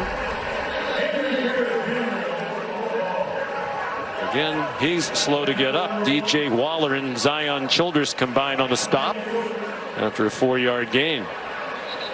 And again, it's The problem with his legs for Parrish. Officials timeout for an injury. He took a big shot, too, as he's running to his outside. A big collision there with the defender, Waller. Man, I mean, he has taken a bunch of big hits today. 12:28 to go for the week from Vaught Hemingway Stadium in Oxford, Mississippi. Capacity crowd of more than 64,000 here on homecoming. It's been a fight all day long. Ole Miss more than a 2-touchdown favorite, leading by 4. Henry Parrish did run off the field under his own power. Matt Jones, the ball carrier for no gain. Jamon Dumas Johnson, the transfer from Georgia, made the stop. Just a massive third down here for Kentucky's defense. Last time in a get off the field situation, they decided to bring pressure. This time I'd imagine coverage because of the catch and run just given up by Brad White's defense. 4 pass attempts for Dart against the blitz. No blitz here. Out in the flat. Caden Lee, and a huge tackle by Jordan Lovett to stop Lee short of the first down. And now will Lane Kiffin go for a 4th down? No, he won't. He said it really, he goes by the analytics book. Joe Judge, who's a new member of his staff, the former Giants head coach, is an analytics expert, and he tells Lane, go or don't go. Yeah, and I think in this situation too, given the way their defense has played in the second half, I think it's the right call. Play the field position game and see if you can maintain that defensive momentum. Fraser Mazin, the punt, fair catch made by Jamori Macklin. You know, Lane Kiffin says he knows when the new set of downs starts what the parameters are in 4th down. When the series starts, Joe Judge will tell him 3 or less, 4th and 3 or less, go for it. If it's more than 3, don't go for it. So he's really made that decision before the series even starts. Right. That set of downs. And there is that difficult thing for analytics to weigh in too, is the momentum in the game. But I mean, I think at times analytics would almost always lean to you being more aggressive. And this time he decides to be slightly more conservative. I think it's the right call. And me too. With the lead, with this Kentucky offense that cannot get yards in big chunks, make them drive the length of the field. TJ Dottery made the tackle on Demi Sumo Karngbe. Dottery transferred from Clemson. Important communicator on that defense. And Pete Golding said last year, a lot of mistakes. They were learning of the defense. The communication wasn't great. Dottery's helped that coming over from Clemson. When he was TJ Dudley, he's changed to Dottery, his dad's name.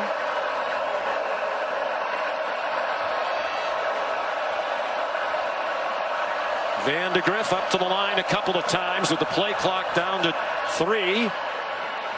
He wound up calling his own number, and he powered ahead to the 17-yard line.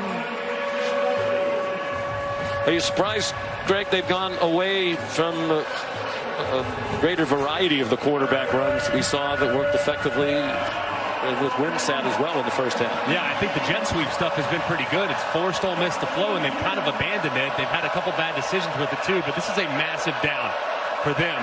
After Lane Kiffin opts to punt it away, to go 3 and out would be significant. Van de Griff throws, caught in traffic. Fred Ferrier, the transfer from UAB, with the defender right on him. Good for a 12-yard gain. Yeah, man coverage by Ole Miss, and really a nice route and great ball placement too by Van de Griff. I mean, the coverage is tight, a little bit of a wobbler, but Ferrier is able to climb the ladder and make a play. That is excellent conversion against tight coverage. 16 completions for Van de Griff. The most he's had is 17. That was last week against Ohio U. He threw for 237, which is his career high. Wilcox short gain. J.J. Pegues made the tackle. And the clock will go under 9 minutes to go. All 3 timeouts for each team. I'd really like to see a little more misdirection too from Bush Hamden, the offensive coordinator. I mean, fake a run to one side, bootleg out the other side, maybe a little jet sweep with a throwback to a screen. They need a little more misdirection because this Ole Miss defense is teeing off.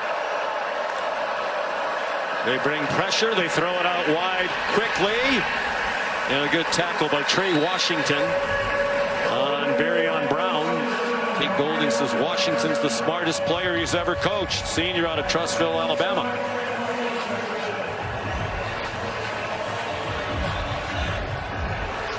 Go-to guy on third down really all season long for Ole Miss has been number 6, Dane Key. I mean, I think you got to look in his direction. You've got some man coverage.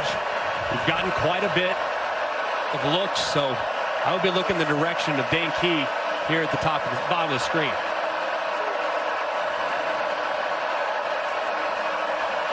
Vandegrift looks that way. Has to roll away from the rush. Has some green grass and has a first down. Well, the coaches described him as a baller at the beginning of the year, and he has certainly lived up to that description. A 9-yard gain. And good recognition here, too, by Brock Vandegrift. Ole Miss goes for cover 2 man with 2 high safeties, man coverage underneath. And what beats cover 2 man is quarterback run. He recognizes it, and he told us a couple weeks ago, he said, hey, I need to start sliding. I need to be better about that. But on third downs and possible touchdowns, I'm going with my head down. He picks up a big conversion. Currently, Uman Mielen, the injured Ole Miss defender.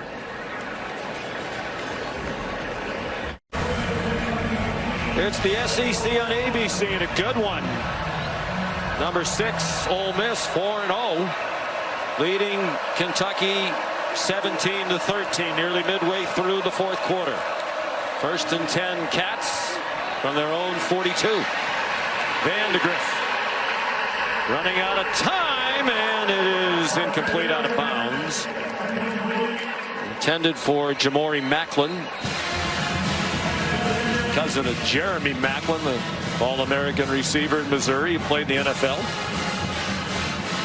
He's been pretty good for him, too, especially on third down this year, but it's a really good job there. Tried to take a shot, and Ole Miss playing very disciplined in the back end and staying over the top of the deepest receiver. The rush yardage total low because the sacks come off the rushing yards for the quarterback. 2nd and 10, man wide open, but the ball got deflected and it's incomplete. Jordan Dingle, the tight end, was open in the middle of the field, but the pass was deflected by Jamarius Brown. Man, that was big time, too, by Brown, because if that ball doesn't get tipped, there is a ton of room for Dingle to catch it, turn upfield, and make a big play. They've converted 2 third downs on this drive. For the day, they're 4 out of 13.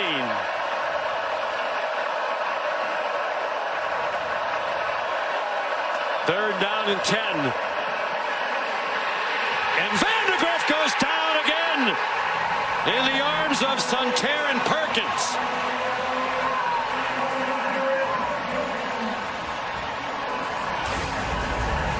Well, they have a spy again. They ran this a little earlier, and you'll see momentarily as soon as that defender drops, look at how Farmer, the left tackle, or Ray, excuse me, the left guard, goes to help out his left tackle, which frees up Perkins to trigger, and he drops Vandegrift. Just great timing there on the spy blitz to drop Vandegrift for the punt. There's the pressure of Uman Mielen from the right of Vandegrift that forced him to step up.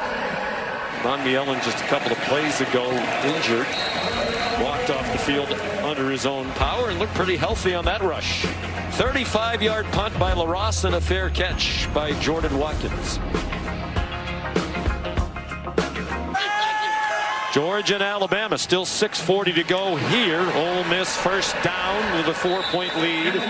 DJ Waller, immediate tackle on Trey Harris, who made his 11th catch for 177 yards receiving now and a touchdown.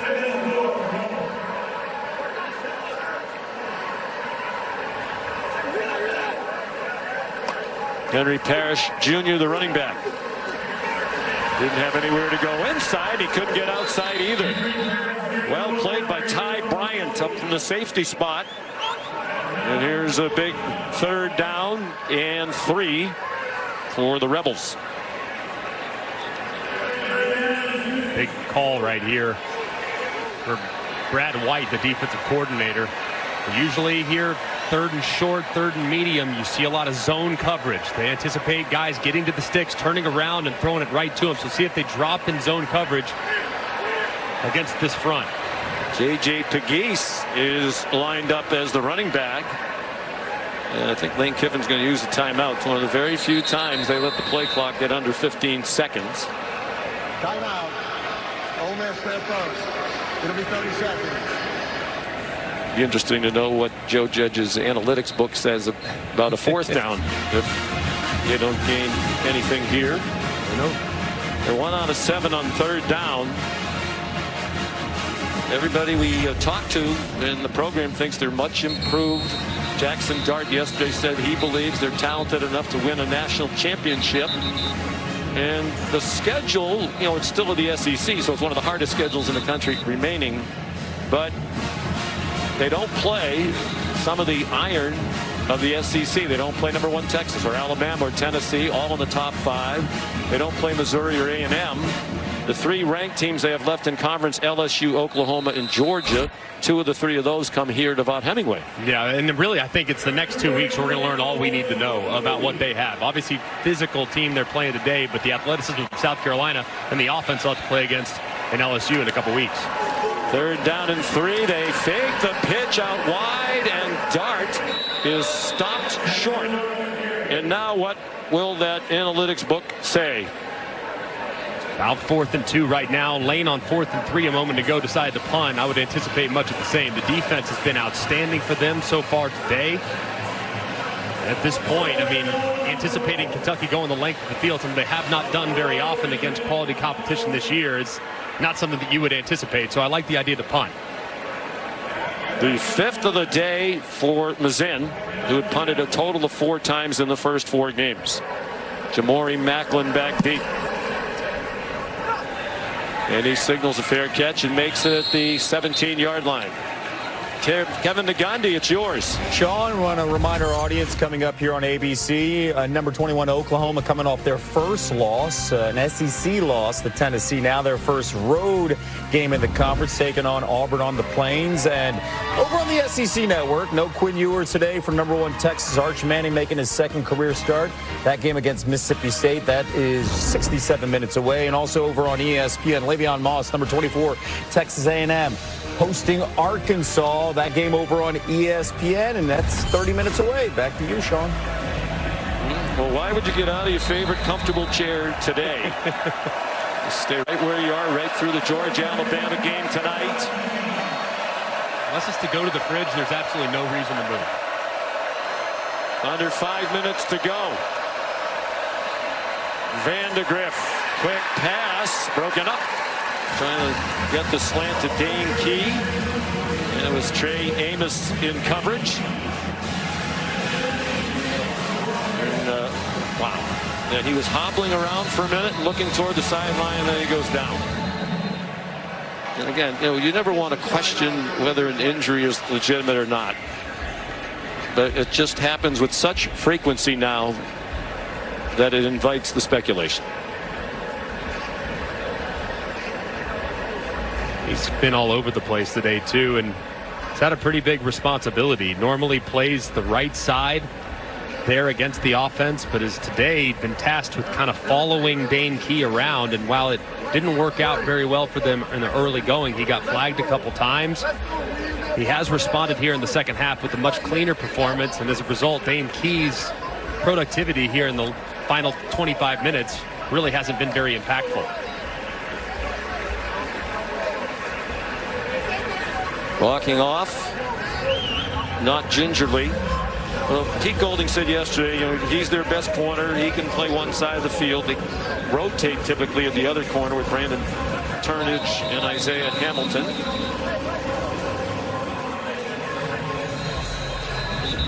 But, if you're in this situation, and if this is not legitimate, he's just trying to slow the whole thing down, you do play the next play without your best corner. Right. Might might be a scenario, too, where you would put your fastest guy and take a shot on the guy that's coming off the bench.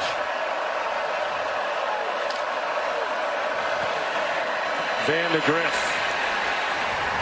Not a lot there. Design quarterback run on 2nd and 10. TJ Daugherty made the tackle. 4.5 minutes to go and the clock running, and another Kentucky 3rd down.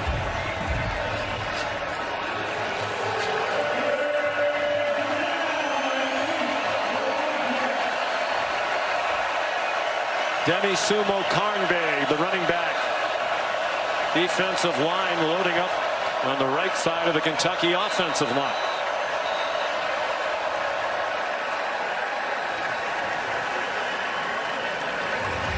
Ole Miss was in a very similar look to what they've actually sacked Vandegrift on multiple times. 3 down defensive linemen with number 4 Perkins lined up right over the guard in a spy position.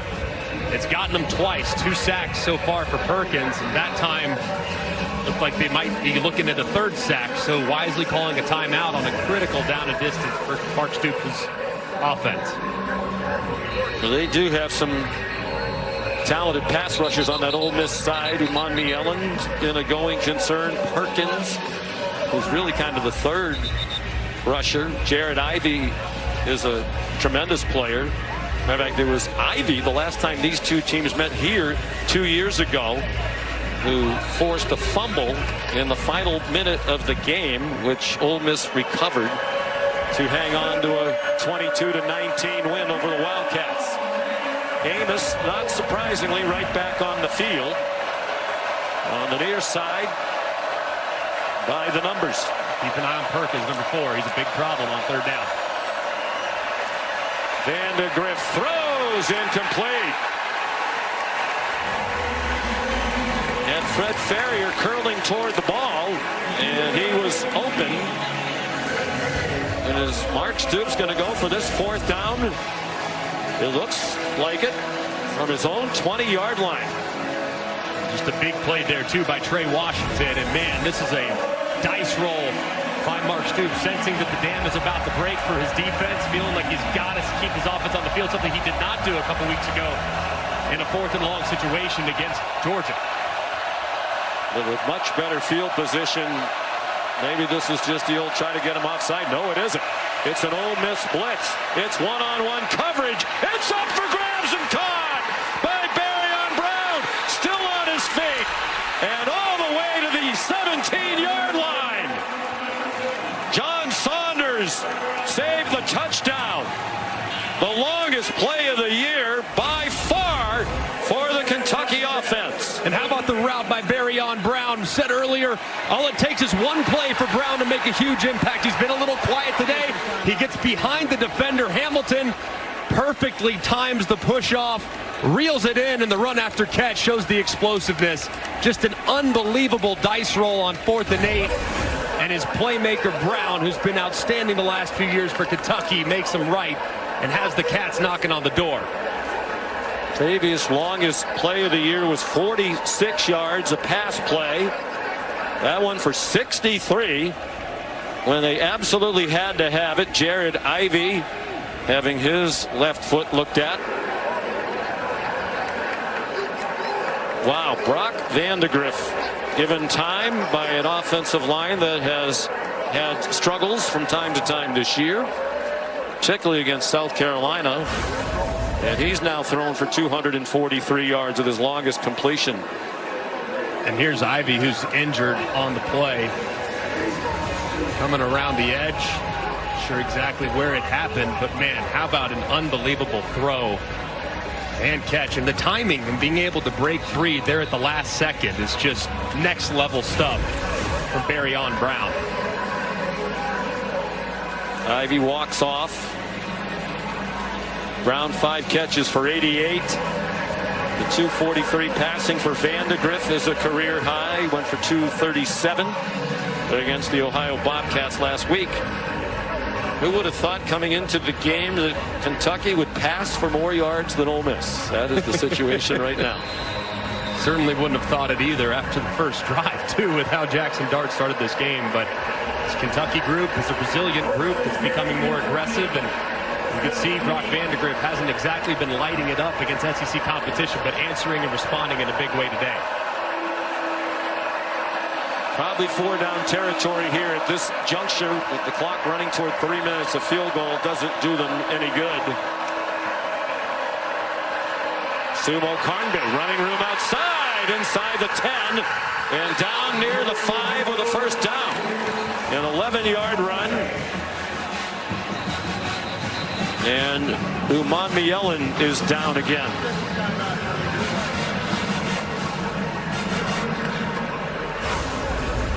How about this counter action right here? Just a great job.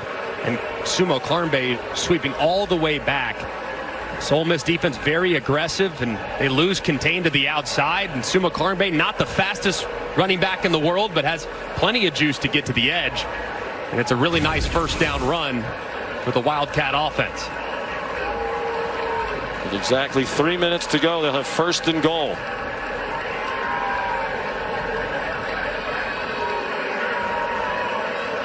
Umanmielen walking off again with a slight limp. He's been down a couple of times now today.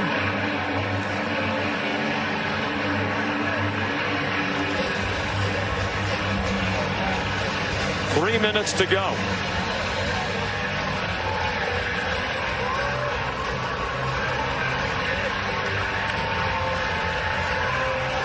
A 2-1 edge in time of possession for Kentucky. They've had the ball for 38 minutes and 14 seconds. Gavin Wimsatt is on the field now.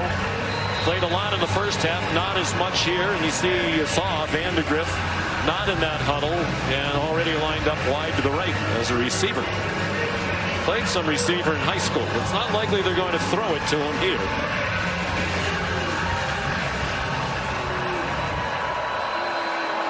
They have Isaiah Hamilton in coverage, single coverage on Vandegrift. Wimsatt keeps it, following Sumo Karnbe, and the ball comes out into the end zone, and it's recovered for a touchdown by Josh Caddis.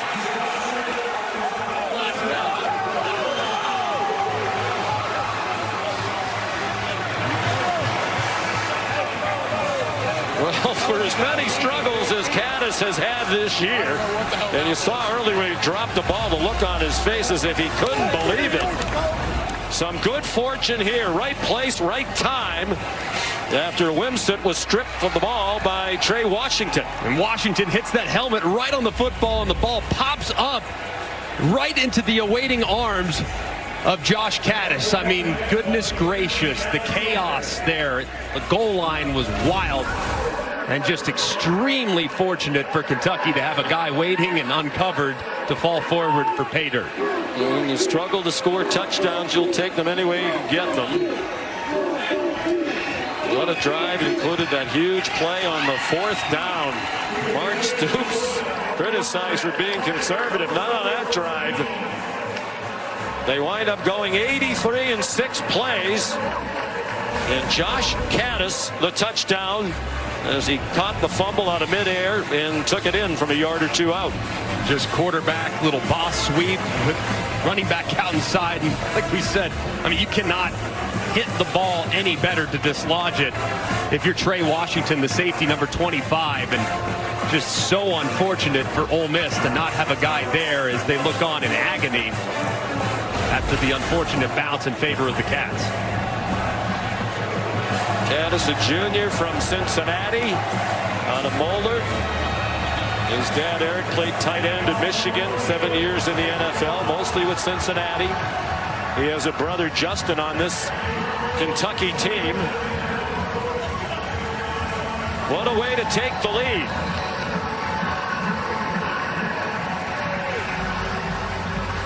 Kentucky on the road, leading by 3 with 2:25 to go. 2 timeouts left for Ole Miss. And they do have a very strong-legged kicker in Caden Davis. Aiden LaRosse kicks off. 3rd lead change of this game. Ole Miss will start from the 25. The WNBA playoffs continue tomorrow. A pair of game 1s in the semifinals on ESPN and ABC. 3 o'clock on ABC, a rematch of last year's final, Las Vegas and New York, and then at 8:30 Connecticut against Minnesota. That's on ESPN. WNBA countdown tips off the game coverage before both games. A great year, best season in the WNBA. 1-34 on the road against top 10 opponents since 1980. That one win was last year. One of the very few highlights of the second half of last season. Jackson Dart, design run, and he's bottled up for a loss. J.J. Weaver, the first man there. A loss of one. This crowd in silent disbelief.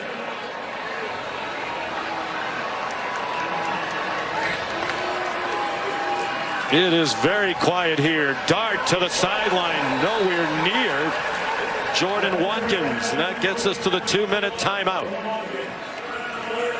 1:57 to go. Can Kentucky pull off a big upset?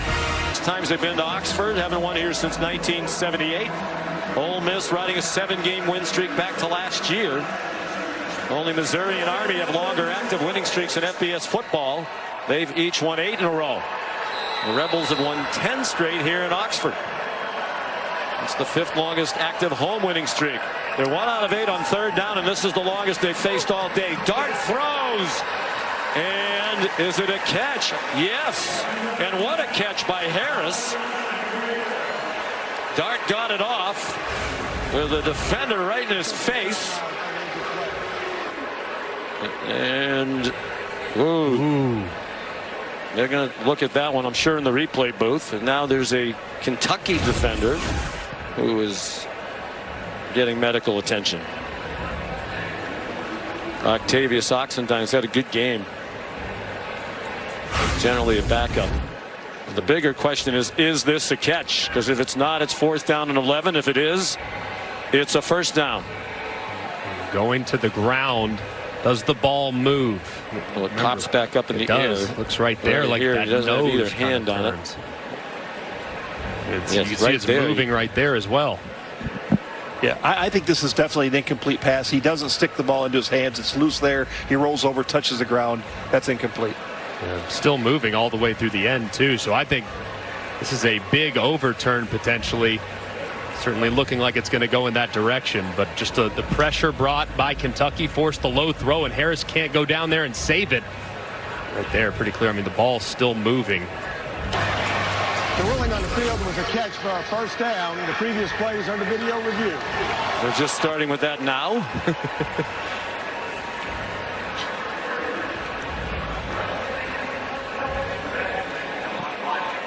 Well, they had time during the latest stoppage in play for an injured player. And the way Matt said it, it seems pretty clear. Not sure he ever had the catch, really, and then he certainly didn't seem to finish it.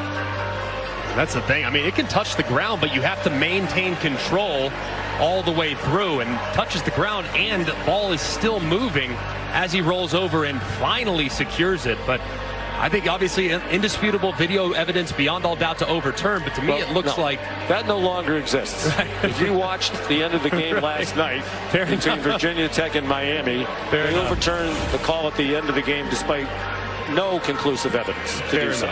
Fair enough completely. So who knows? Who knows, but by the letter of the law, I think that ball hit the ground. I think it's going to be incomplete. After video review, the ruling is an incomplete pass. Crowd booing, but that's the right call.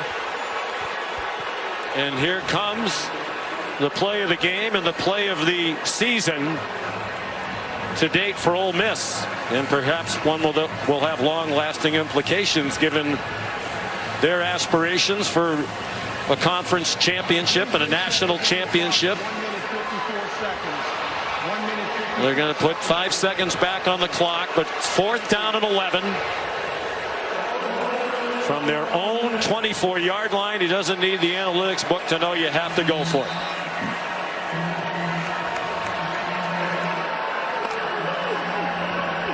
Four-man rush. They don't get close to Dart, but he can't find anybody open.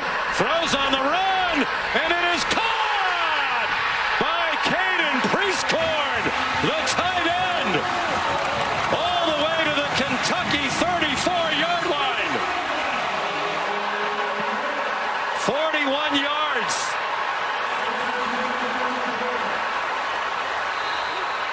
And now they're in field goal range at the very least. Dart, single coverage, sideline over the head of Henry Parrish, the running back, running with the linebacker De'Eric Jackson in coverage. How about the catch by Priestcorn a moment ago? Dart throws up an absolute prayer. It looks like number 4, Christian Story, kind of loses track of the football and also loses track of the wide receiver. But Priestcorn, quiet in the passing game today, goes up and makes the play of the season for the Rebels. Just his 10th catch of the year, his first today.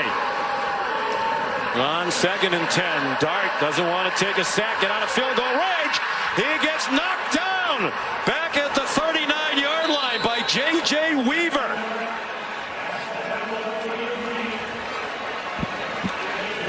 A 4-yard loss, and now they're on the fringe of field goal range. Just a critical mistake there by Jackson Dart. Absolutely can't do it. You're in field goal range. The only thing you cannot do is take a sack. That play took forever. He's trying to point guys downfield where to go, execute the scramble drill. No, you cannot do that. Trying to make a play, I get it, but you got to cut it loose. Incomplete at the very worst, but take off. You had room to run as well. Just a critical error. And Lane Kiffin, fortunate that his quarterback didn't fumble as he was hit. They're going to the ground. So they're back on the 38-yard line. 4th sack of the day for Weaver. There's Davis. His career long is 56 at Tulane last season. From here it would be about 54. There is a bit of a breeze at his back. He has a very strong leg. Lane Kiffin talked about that yesterday. He's a touchback machine as a kickoff man. Got to think here, the offensive coordinator, Charlie Weiss, thinking, hey, I just got to make this, I have to make this field goal a little easier on my guy. I mean, I'd love to take a shot downfield. I'd love to try to convert it, but 6, 7, 8 yards just to make this field goal more manageable has to be the first priority. 1:32 to go. Ole Miss still alive in this one on the long pass play. Dart to Caden Priestcorn.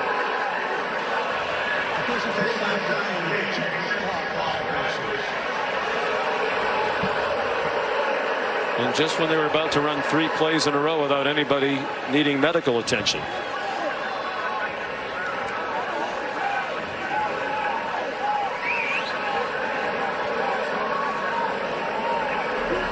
Third down 14, 1:32 to go. Apparently the time's correct.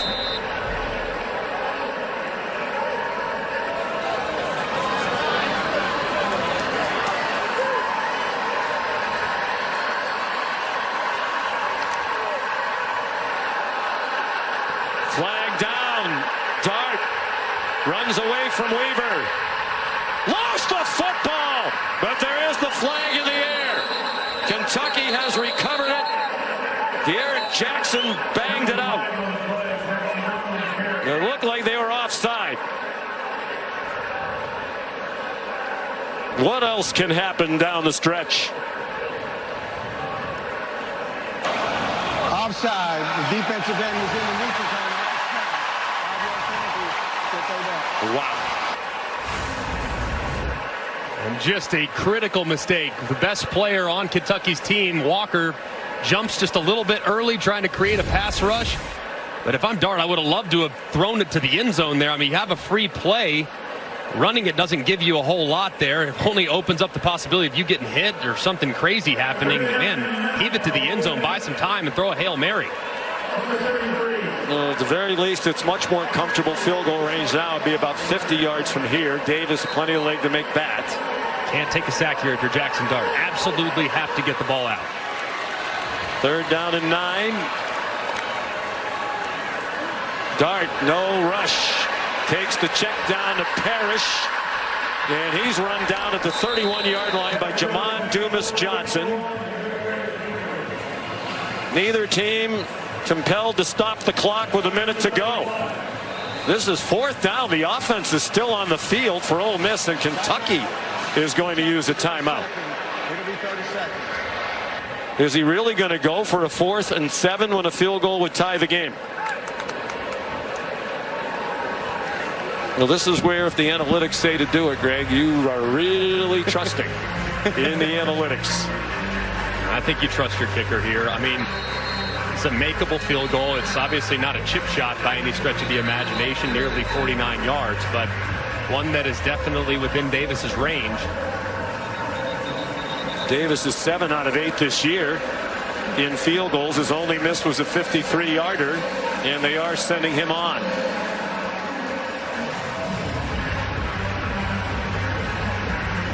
Oh for 1 on a potential game-tying field goal in the final 5 minutes. That's while he was at Texas A&M. It was against App State. He spent 2 years here at Ole Miss after 3 at A&M. 48 yards to tie it. Slight breeze at his back. Charlie Pollock is the holder. Carter Short, the snapper. They do their job. That kick is no good. A low duck hook.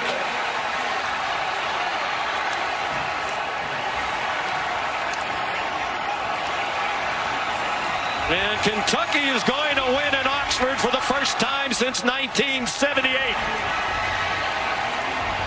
What a win for Mark Stoops. Take a look at the snap. Perfect snap. Holds good. And he just hooks it left. From distance on the right hash. Knew it immediately with the reaction.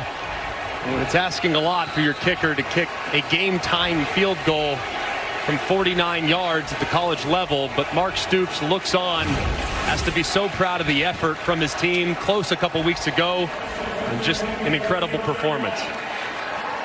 You don't have any problem with them trying the field goal, right? Not at all. And victory formation. So they went to that rope-a-dope style against Georgia. It almost paid off. They lost by 1. Ole Miss is going to use his last timeout, make them snap the ball one last time. Snap and hold look perfect.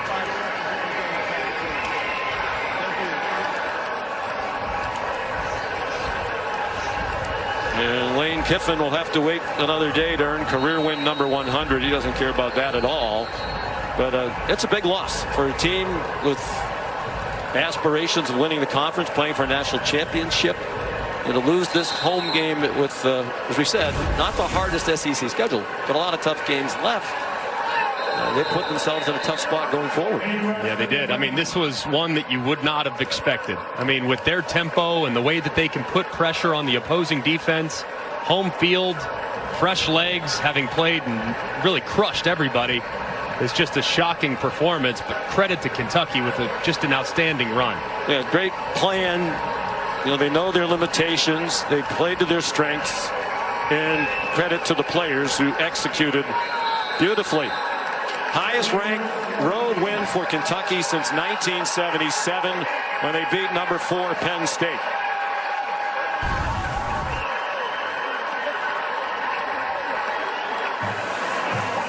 A shocker to many, but many said, Greg, we'll find out how good Ole Miss is today because they played